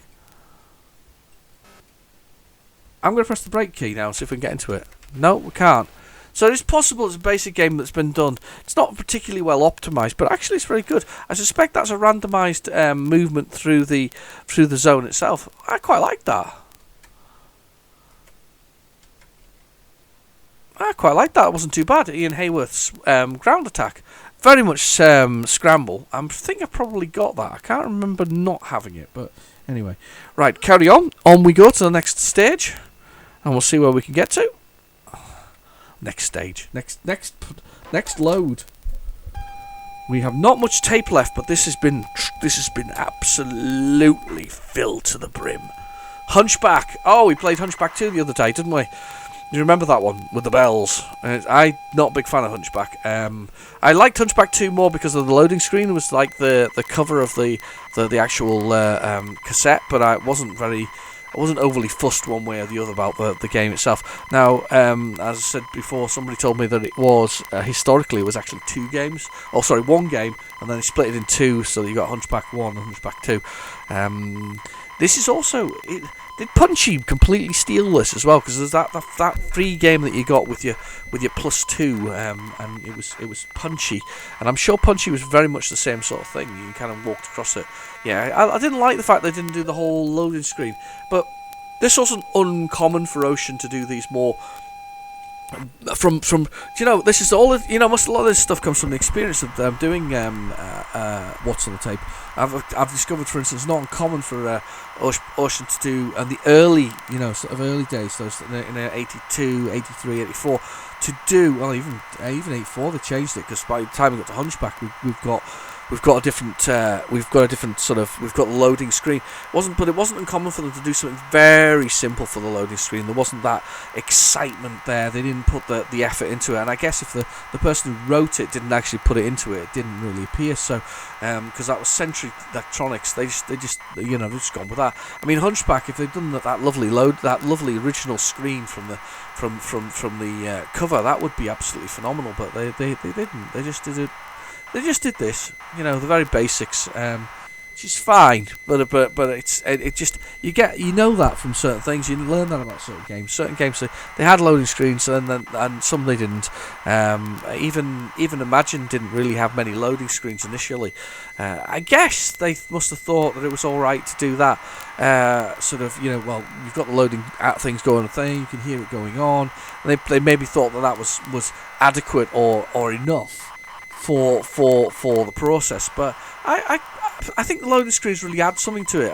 I remember looking at those when I was watching things loading and sort of watching games and just really enjoying having a nice the nice sort of it excited you, didn't it? It was that enthusiasm of like, wow, look at what I'm going to get, just sort of the warm up, the taster. It was the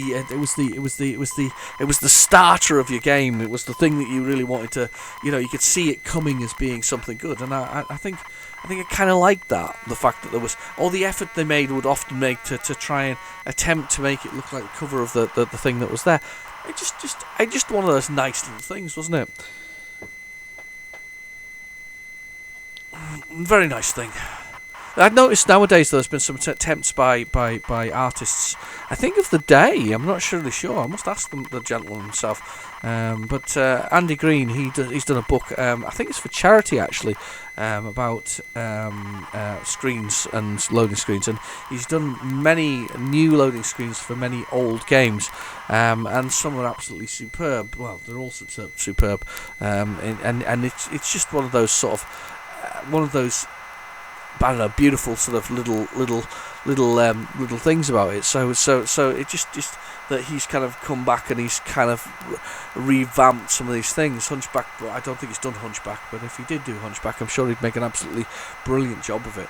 As I say, Hunchback 2 has the most amazing loading screen. It's just like the cover of the original sort of box art itself, but.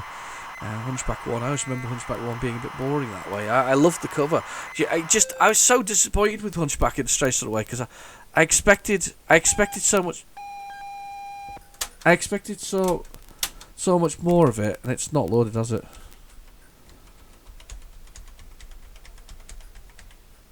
It's not loaded. It's crashed out at the very last second because I can hear there's another load on there. Right, let's go find Hunchback now anyway, because we're gonna have to play Hunchback. It's on there. Give Hunchback a blast, but as just the art didn't really match it, and I was always mightily disappointed by it. I used to have a friend. His parents seemed to have limitless money back in the day, and they used to buy him almost every game, and he used to it was a terrible thing that sort of when you kind of didn't appreciate the amount or what you were being gifted. You just sort of had it piled in a drawer. I just remember thinking to myself, it looked a great game. And I don't think I ever played it back then either. That's even worse, isn't it? I should have played it back then, but I didn't. But I just always felt it was a bit of a waste when you saw that lovely cover and then it turned into this just to be a bit naff, really. A bit sort of. Yeah, not as quite as good as we were hoping it was going to be. It's just an absolute nightmare, really. That wasn't quite the case I was expecting for. So anyway, crack on. We'll crack on with this. So I've been thinking here that we make this maybe a two-parter, because I can see there's at least another one game on this tape, and we come back to it. I'm thinking about it to see how I feel. I might take a quick wee break and I do whatever else is. But you've already sat through. Well, where's this come from? Why has this Hunchback got this Hunchback loading screen on? Is this a later version? Maybe this is a later version. That's what I'm saying. Right, okay. I've never seen this version before. I've obviously got the older version there. So they must have done a version with the loading screen just to make people happier. That's a shame. I've got the older one. Wow. Yeah, there's definitely another game or two maybe on this tape. I just wonder whether or not I don't know if you can sit through any more of it. Realistically, it's a long one. I think we might stop at the end of this side, and then we'll save part 2 for next week. And we'll give it and that'll be the final episode for a couple of weeks. We'll have a quick break from it all. So yeah, I'm thinking about that. We'll see how we feel, or see how I feel after the end of this playing this one here, because you have to keep we sometimes have to keep going backwards and forwards with PlayZX and whatever else it is, and you get the fails that go with it. So it's one of those awkward sort of things. And to be fair, it would be a convenient place to stop because we'd be on with one more side to go of this huge tape. It's an epic, realistically, absolutely epic. Right, let's get this one loaded up and we'll give it a go. The thing about Hunchback is not that it's not a complaint, because games of the 80s didn't really have the. I think it was a limitation as well. You couldn't really build up from easy to medium to hard, if that makes sense. It was just kind of hard to begin with, and then you had to learn to be good at the game to actually go further forward. So Hunchback's one of those games which is just hard to begin with, and just stays hard all the way through, and then gets harder, if that makes sense. The levels get harder, even though it started hard to begin with. Mind you, it's no Spiky Harold. If you've ever played Spiky Harold is horrendously difficult. It's also a bit of a giveaway when you got 10 lives to begin with, but that's horrendously difficult. You can almost lose every single life you have in the first level. I've played other games that are similar to that as well. I mean, and some are quite beloved regardless. And I think, because we put the effort in and we didn't have the abundance of games. I mean, last night I was on Steam, and I was actually looking for Sid Meier's Pirates, but the newest version of it, or the latest version, which is 2004. And I was looking for that particularly because I wanted to play it on my PC, and I hadn't played it in years. And I thought I'll give it a go. And with the Steam Play, you can play Windows games. So I thought, hey, why not? So I saw that, and it was like £1.49. I was like, wow, okay, fair enough, I'll buy that. Okay, it's not on the shelf, and it's a digital download from Steam, but hey, it's there. And then there was a whole bunch of other things, because it's the Chinese New Year, so they're doing a massive sort of sale of all kinds of things. So I thought I'll have a look through my wish list.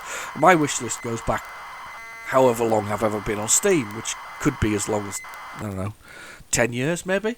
That's a weird look, because that's the loading screen that we have with the other one, but that's so weird. Anyway, but it goes back 10 years. So and there was a few games on there that are probably that old that I've decided, and I thought I'll buy them. And they were like 39p and 49p, and it's just like, and then all of a sudden, instead, and I paid like £8 at the till kind of thing, and all of a sudden I got 9 games for £8. It's just so, some modern and some old, and you just think, wow, what I mean, it's great that we can do that, but I do think that if you're a physical collector, you're still going to miss out with this. You're missing out with that process. You're missing out with the whole thing. Anyway, press the key. Keyboard, Sinclair interface. We'll try the Sinclair interface if it works.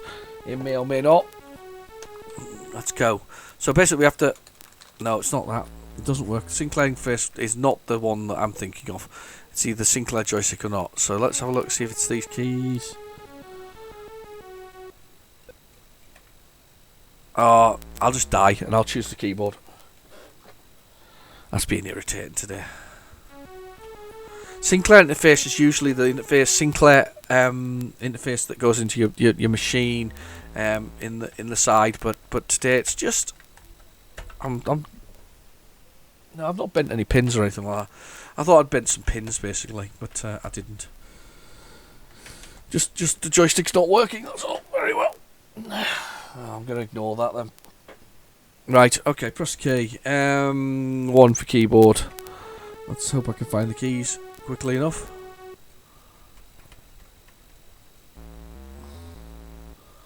Okay, let's find this. Let's see if this is the key.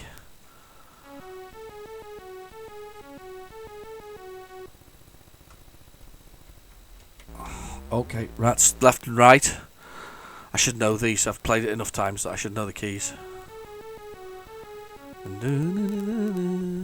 you go down to the woods today, you're sure of a big surprise. There's a gentleman jumping over bells and making a fuss. Let's have a look. Oh, come on, what's the jump? What's the jump? What's the jump? What's the jump?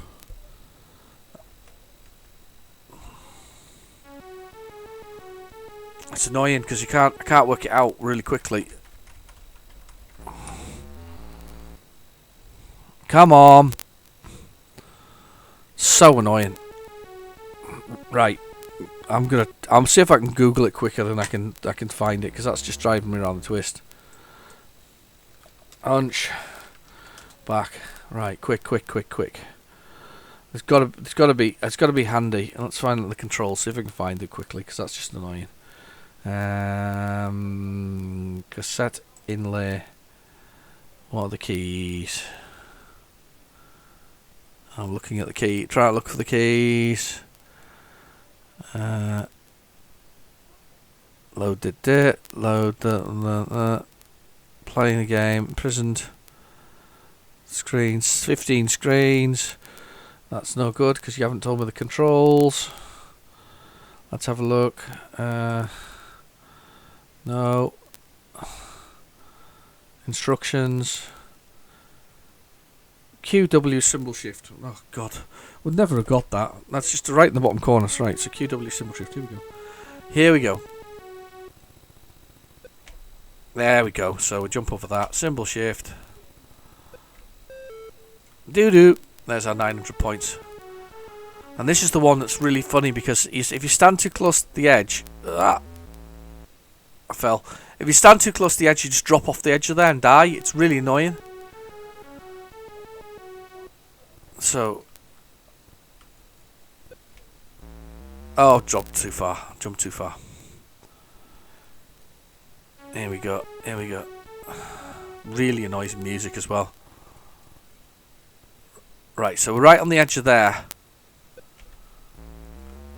I've not missed that. You gotta be kidding. Naff. Right, okay, 1. Let's do it again. This is the easy level. Here we go. Jump.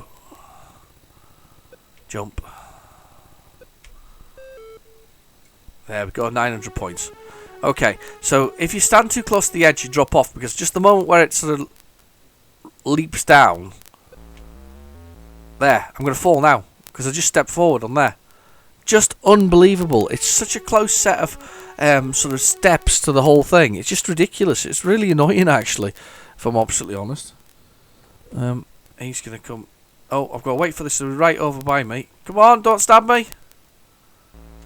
I've been stopped in the bottom. He chopped me in the leg. The killer panda. He looks a bit like a panda to me, by the way. It doesn't look like a whatever else it is. It looks like a panda. Right. I'm right on the edge again. I've just died. Naff. How naff is that? One more go. I want to beat at least level 2, and then well, if I don't on this go, we'll move on to the very last few games that are on here. And as I say, we're about to hit the 2-hour mark. So I'm definitely doing a second. The next volume is definitely going to be this Boots one, and we're gonna hit it again, and we're gonna get the other side. So with I think that decision has definitely been made, because you'll be there all night otherwise listening to me, and as much as you love listening to my dulcet tones and my sort of do you remember that? Just thinking about dulcet tones or whatever else. Do you remember that? How did I miss that? Quite literally on it, wasn't I? Do you remember that? Was she a radio presenter? Certainly was a presenter. Marielle Frostrop. Do you remember Marielle Frostrop? She was sort of like voted like the sexiest voice or something similar. She basically sounded like she'd smoked 60 cigarettes, and then she growled down the phone. She was a very sexy voice down the that one. Yeah, she still does TV and radio, I think now. Yeah, that's kind of like that, really. But obviously sexier. Yeah, Marielle Frostrop, I remember her. Always late night TV with her as well. You didn't get her on early night TV. She was always a late night TV lady. Gravelly voice. Gravelly voice.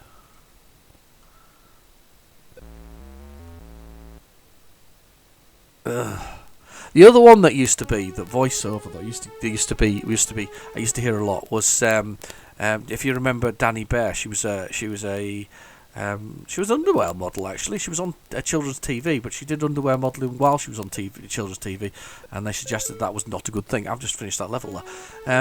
And so she got fired, which is probably the right thing to do, considering she was on children's TV when I've just fell off that gap there while she was doing the underwear modelling. But she was the voice of your spaceship in a game called Privateer, which was part of the Wing Commander series. It was really good because Clive Owen, it was live action. It had John Hurt in it for certain parts of it, and my missus is just shouting through the door because she used to have to put up with me choosing where you used to go, and Danny Bear used to shout when you chose to go somewhere. Destination selected was one of her key words, and my wife's just shouting that through the door because she can hear me talking about this. But yeah, it had John Hurt in it, and it had Clive Owen in it. Clive Owen was you were Clive Owen, which is kind of cool because it's like cool Clive Owen, and John Hurt was like the bartender in the main place, and it was just really good. It was like Elite with a few other things. It was more about being a star pilot and carrying people from point A to point B. Attic Attack. Oh my god, we're going to finish on a legendary game. Anyway, about going between places and sort of, there was a storyline there, and there was a missions thing there, and I must now get another copy of it. I've got the original disc somewhere, but I'm going to have to find a copy on Good Old Games, aren't I now? You've just told me that I'm going to have to do that. But yeah, but Privateer was a fantastic game. It was part of the Wing Commander series. I would absolutely recommend looking up. It was those days when they were starting to mess around with, live action in it as well as whatever else. But as games go, it was a really, really, really, really good game. It's a bit like, for me, Freelancer. Now, Freelancer is the same guy who's gone on to do this Star Citizen thing. Now, I've not seen Star Citizen, but apparently it's a very... it's still in beta, I think, and it's sort of a very big space combat sort of exploring thing. It's a bit like, the thing is, Elite Dangerous is just Elite, right? I'm going to say that and be rude, but it is, because Elite didn't like you, and Elite Dangerous doesn't like you. It's all about space trucking for most part. Yeah, you can do bounties and all the other bits and pieces, but you spend a lot of time trucking around, taking things from point A to point B. Same with Elite Dangerous, or exploring, or doing whatever you really want it, and it doesn't care. It'll kill you for no reason at all. It makes you fly for miles doing nothing. Honestly, I've played it, and I've got Elite Dangerous, and I understand it, and it's just like Elite for me, because it's just the same difference. You still fly for miles doing absolutely nothing. It's brilliant in so many ways. Anyway, a Privateer is not quite that, because it's much more. There's a little bit more to it, because you don't ever carry cargo. You're always a fighter pilot, but you escort cargo ships. You can escort your own cargo ships, I believe, and you can also be off and do bounties and all these other things. And it's really good because it's set within that Wing Commander universe. Really nice. Freelancer is, as I say, by the guy who's doing the Star Citizen thing.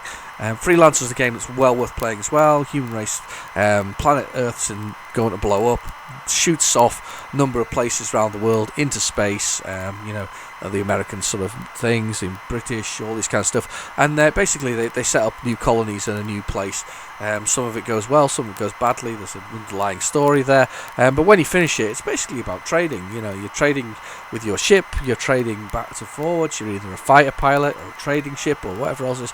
One of the few games that doesn't require a joystick and works extremely well with a mouse. Absolutely brilliant on a mouse. Again, another game that is definitely worth looking up. I suspect it's on Steam as well. Both of those two games are. If they're not, they're on Good Old Games. Freelancer is a brilliant game, well worth your time as well. I still have the original version for the PC. Can't play. Well, I can play it on Linux, but I might actually see if I can do it through Steam, because I can do Steam Play on it, which usually fixes a lot of the bugs that go with it. Really, really good games. And if you're into that sort of space and sort of enjoying that kind of moving around and whatever else it is, that's kind of the games that you that I think are still worth playing. So even Elite, way back, PC version Elite. Did anyone play Frontier? I never played the Frontier because I looked at them.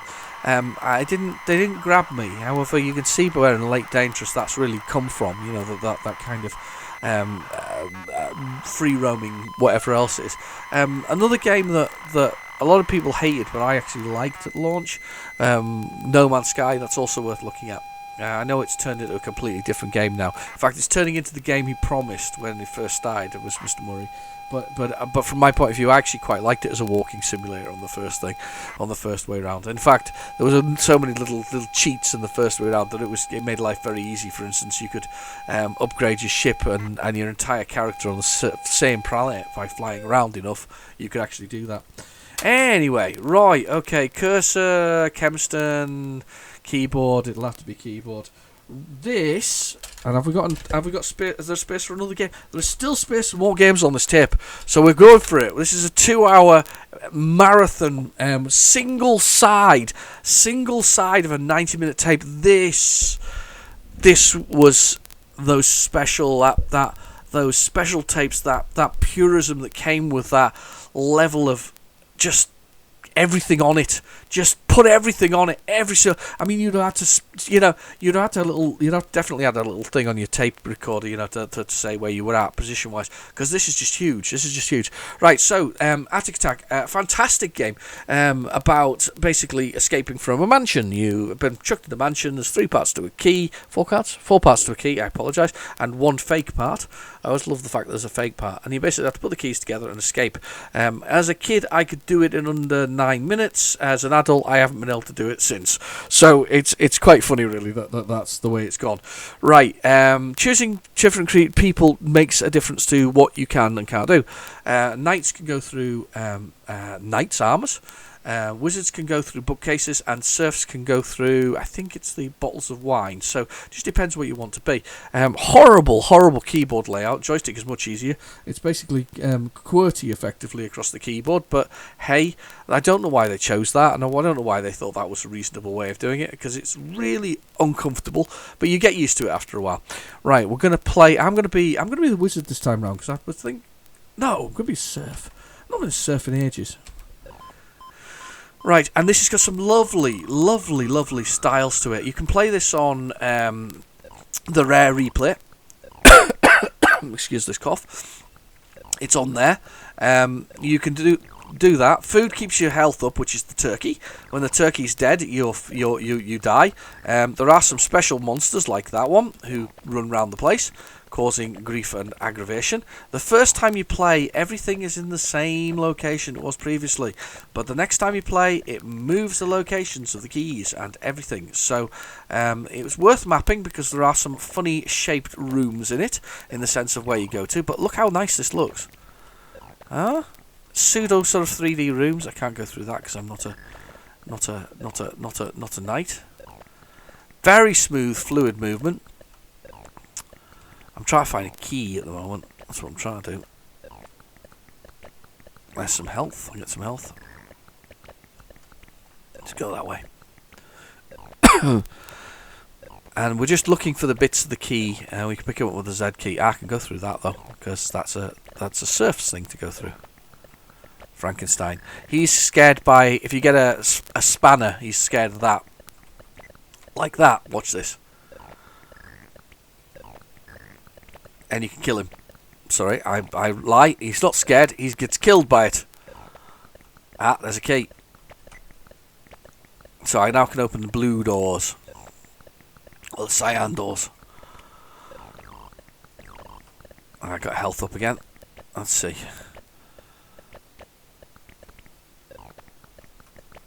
I can't remember who that's for. Let's see if we can find a door to open. There's one. Off we go. It's worth, you can open them all up in the entire mansion basically. But as I say, I used to be able to do it in really quick time. I was really quite good at it. But now I just don't seem to be able to quite get my way through it. Back upstairs.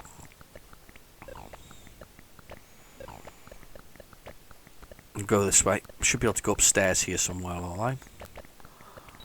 I'm just going to drop that there because I don't need it. That scares away the devil, I think, or Dracula. Because there's Dracula in here as well. Of course, you've got to have them all. There's a key to that one. Definitely mappable. There is a new version. There's a 3D, an isometric version currently in the works. I don't think it's finished yet. It's going to be out on the ZX Spectrum next when it comes out. That's the first place it's going to be. And then there is, I think they're going to do it for the Spectrum, but I'm not sure. I think it might be a bit too much for the Spectrum, or maybe it's just me thinking that could be the case. You can only carry 3 things at once. Cycles through, and I forgot about that. There we go, in there.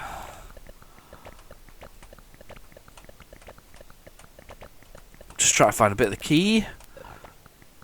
I can't remember what that's for. It's a whip. I'm just going to leave them there.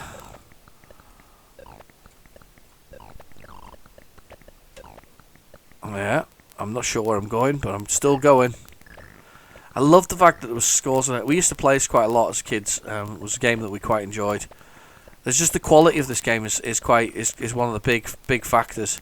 I love the way it shuts the doors on these things, and it really looks good, and it plays well. It's really smooth.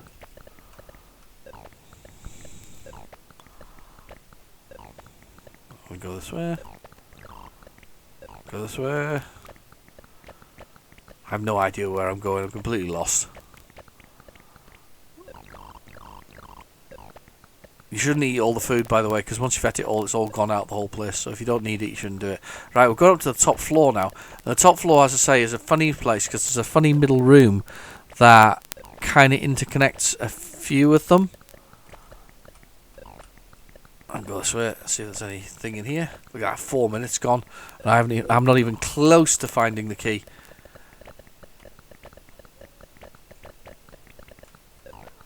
There's part of it. Let's see if I can get back down to the key, to where it is. See if I can drop off this part of the key. See, that's the G. It's ACG key, basically. So the Ashby Computer Games. Somebody's going to crack me, because if it's graphics, that's not what I was thinking of. Right, come on. Got part of the key now.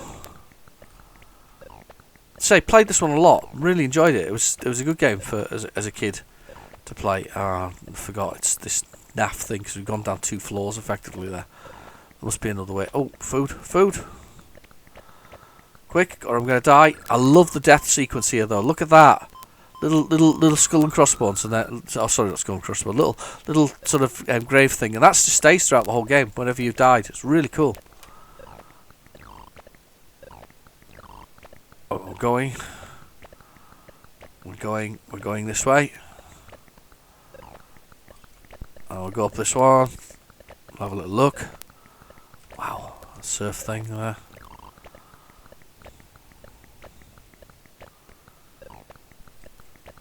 And that one. I'll go down this one because it'll drop us down 1 floor anyway.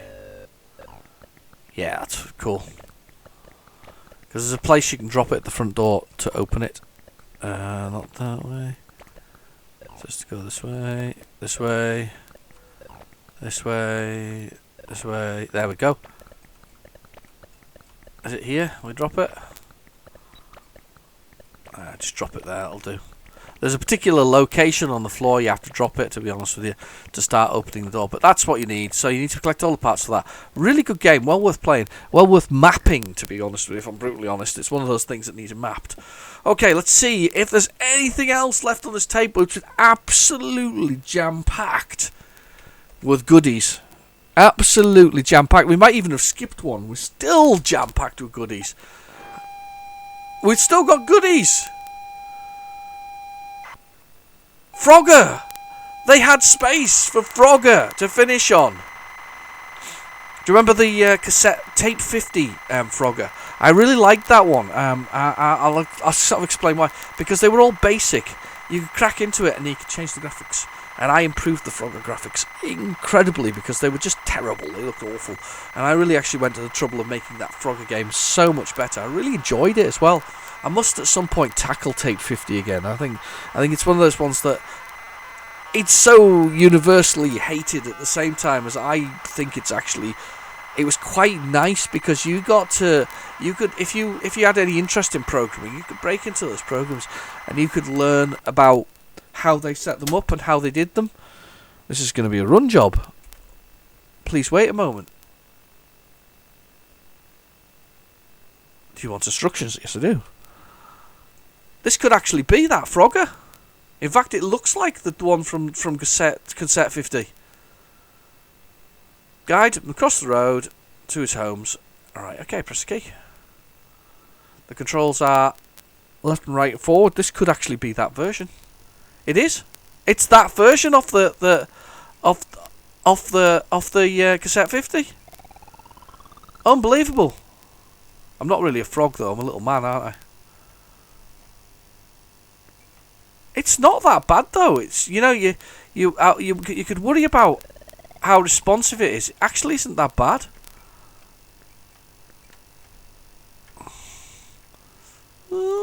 Can't go back though. You can only go forward. It's a bit harsh. Okay, here we go.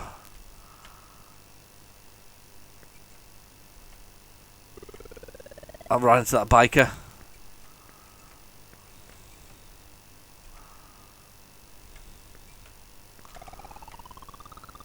I've landed on his mouth. I should land on his back.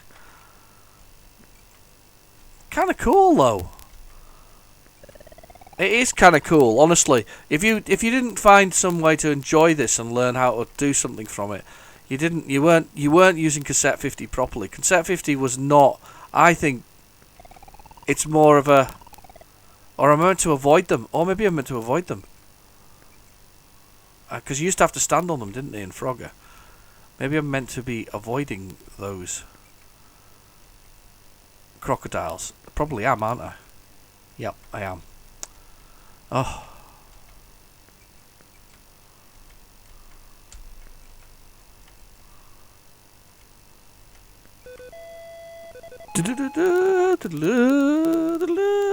Yeah, I remember this. Yeah, it's good. I quite like it. I think it's fine. I think that. I mean, as I say, I think Cassette 50 was definitely aimed at people who wanted to sort of. I don't know. It's probably the best game on here. To be fair, their version of Frogger is probably the best Cassette 50 game that there is, without a doubt. It's the best. It's the best one, I think. But beyond that, it was good. It was a good way to learn. I thought it was, anyway. Right. Come on. Oh. I'm not doing badly here. I mean, think about this. It's all written basic, and you've got all that level where it goes back there, and it flies forward, and drops you to the bottom when you die. No other game. Thank you. And it's even started the specky again. Let's see if there's any more on this tape. It has been crammed. Absolutely rammed with stuff. There is a teeny, tiny, little bit of tape left.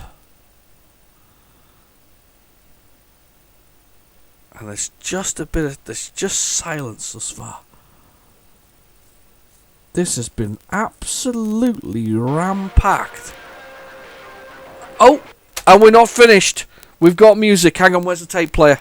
1 second. So not only has this tape been absolutely filled, but there is a tiny, tiny, tiny touch of what was previously on it, which is purely music. Let me go grab the other. Let's grab my Sensei, as it's called, my tape recorder. 1 second.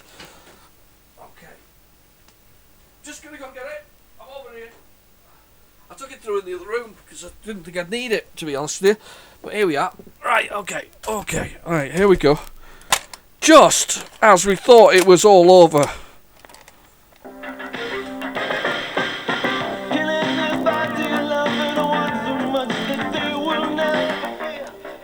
What are we playing?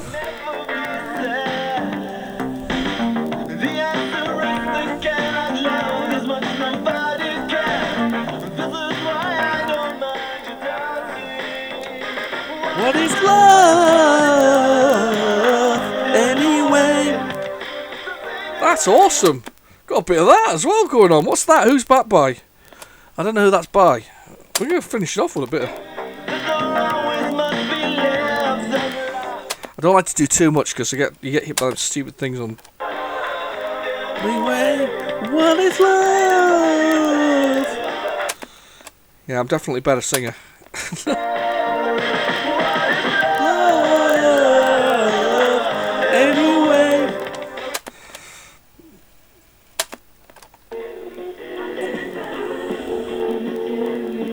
We got some more.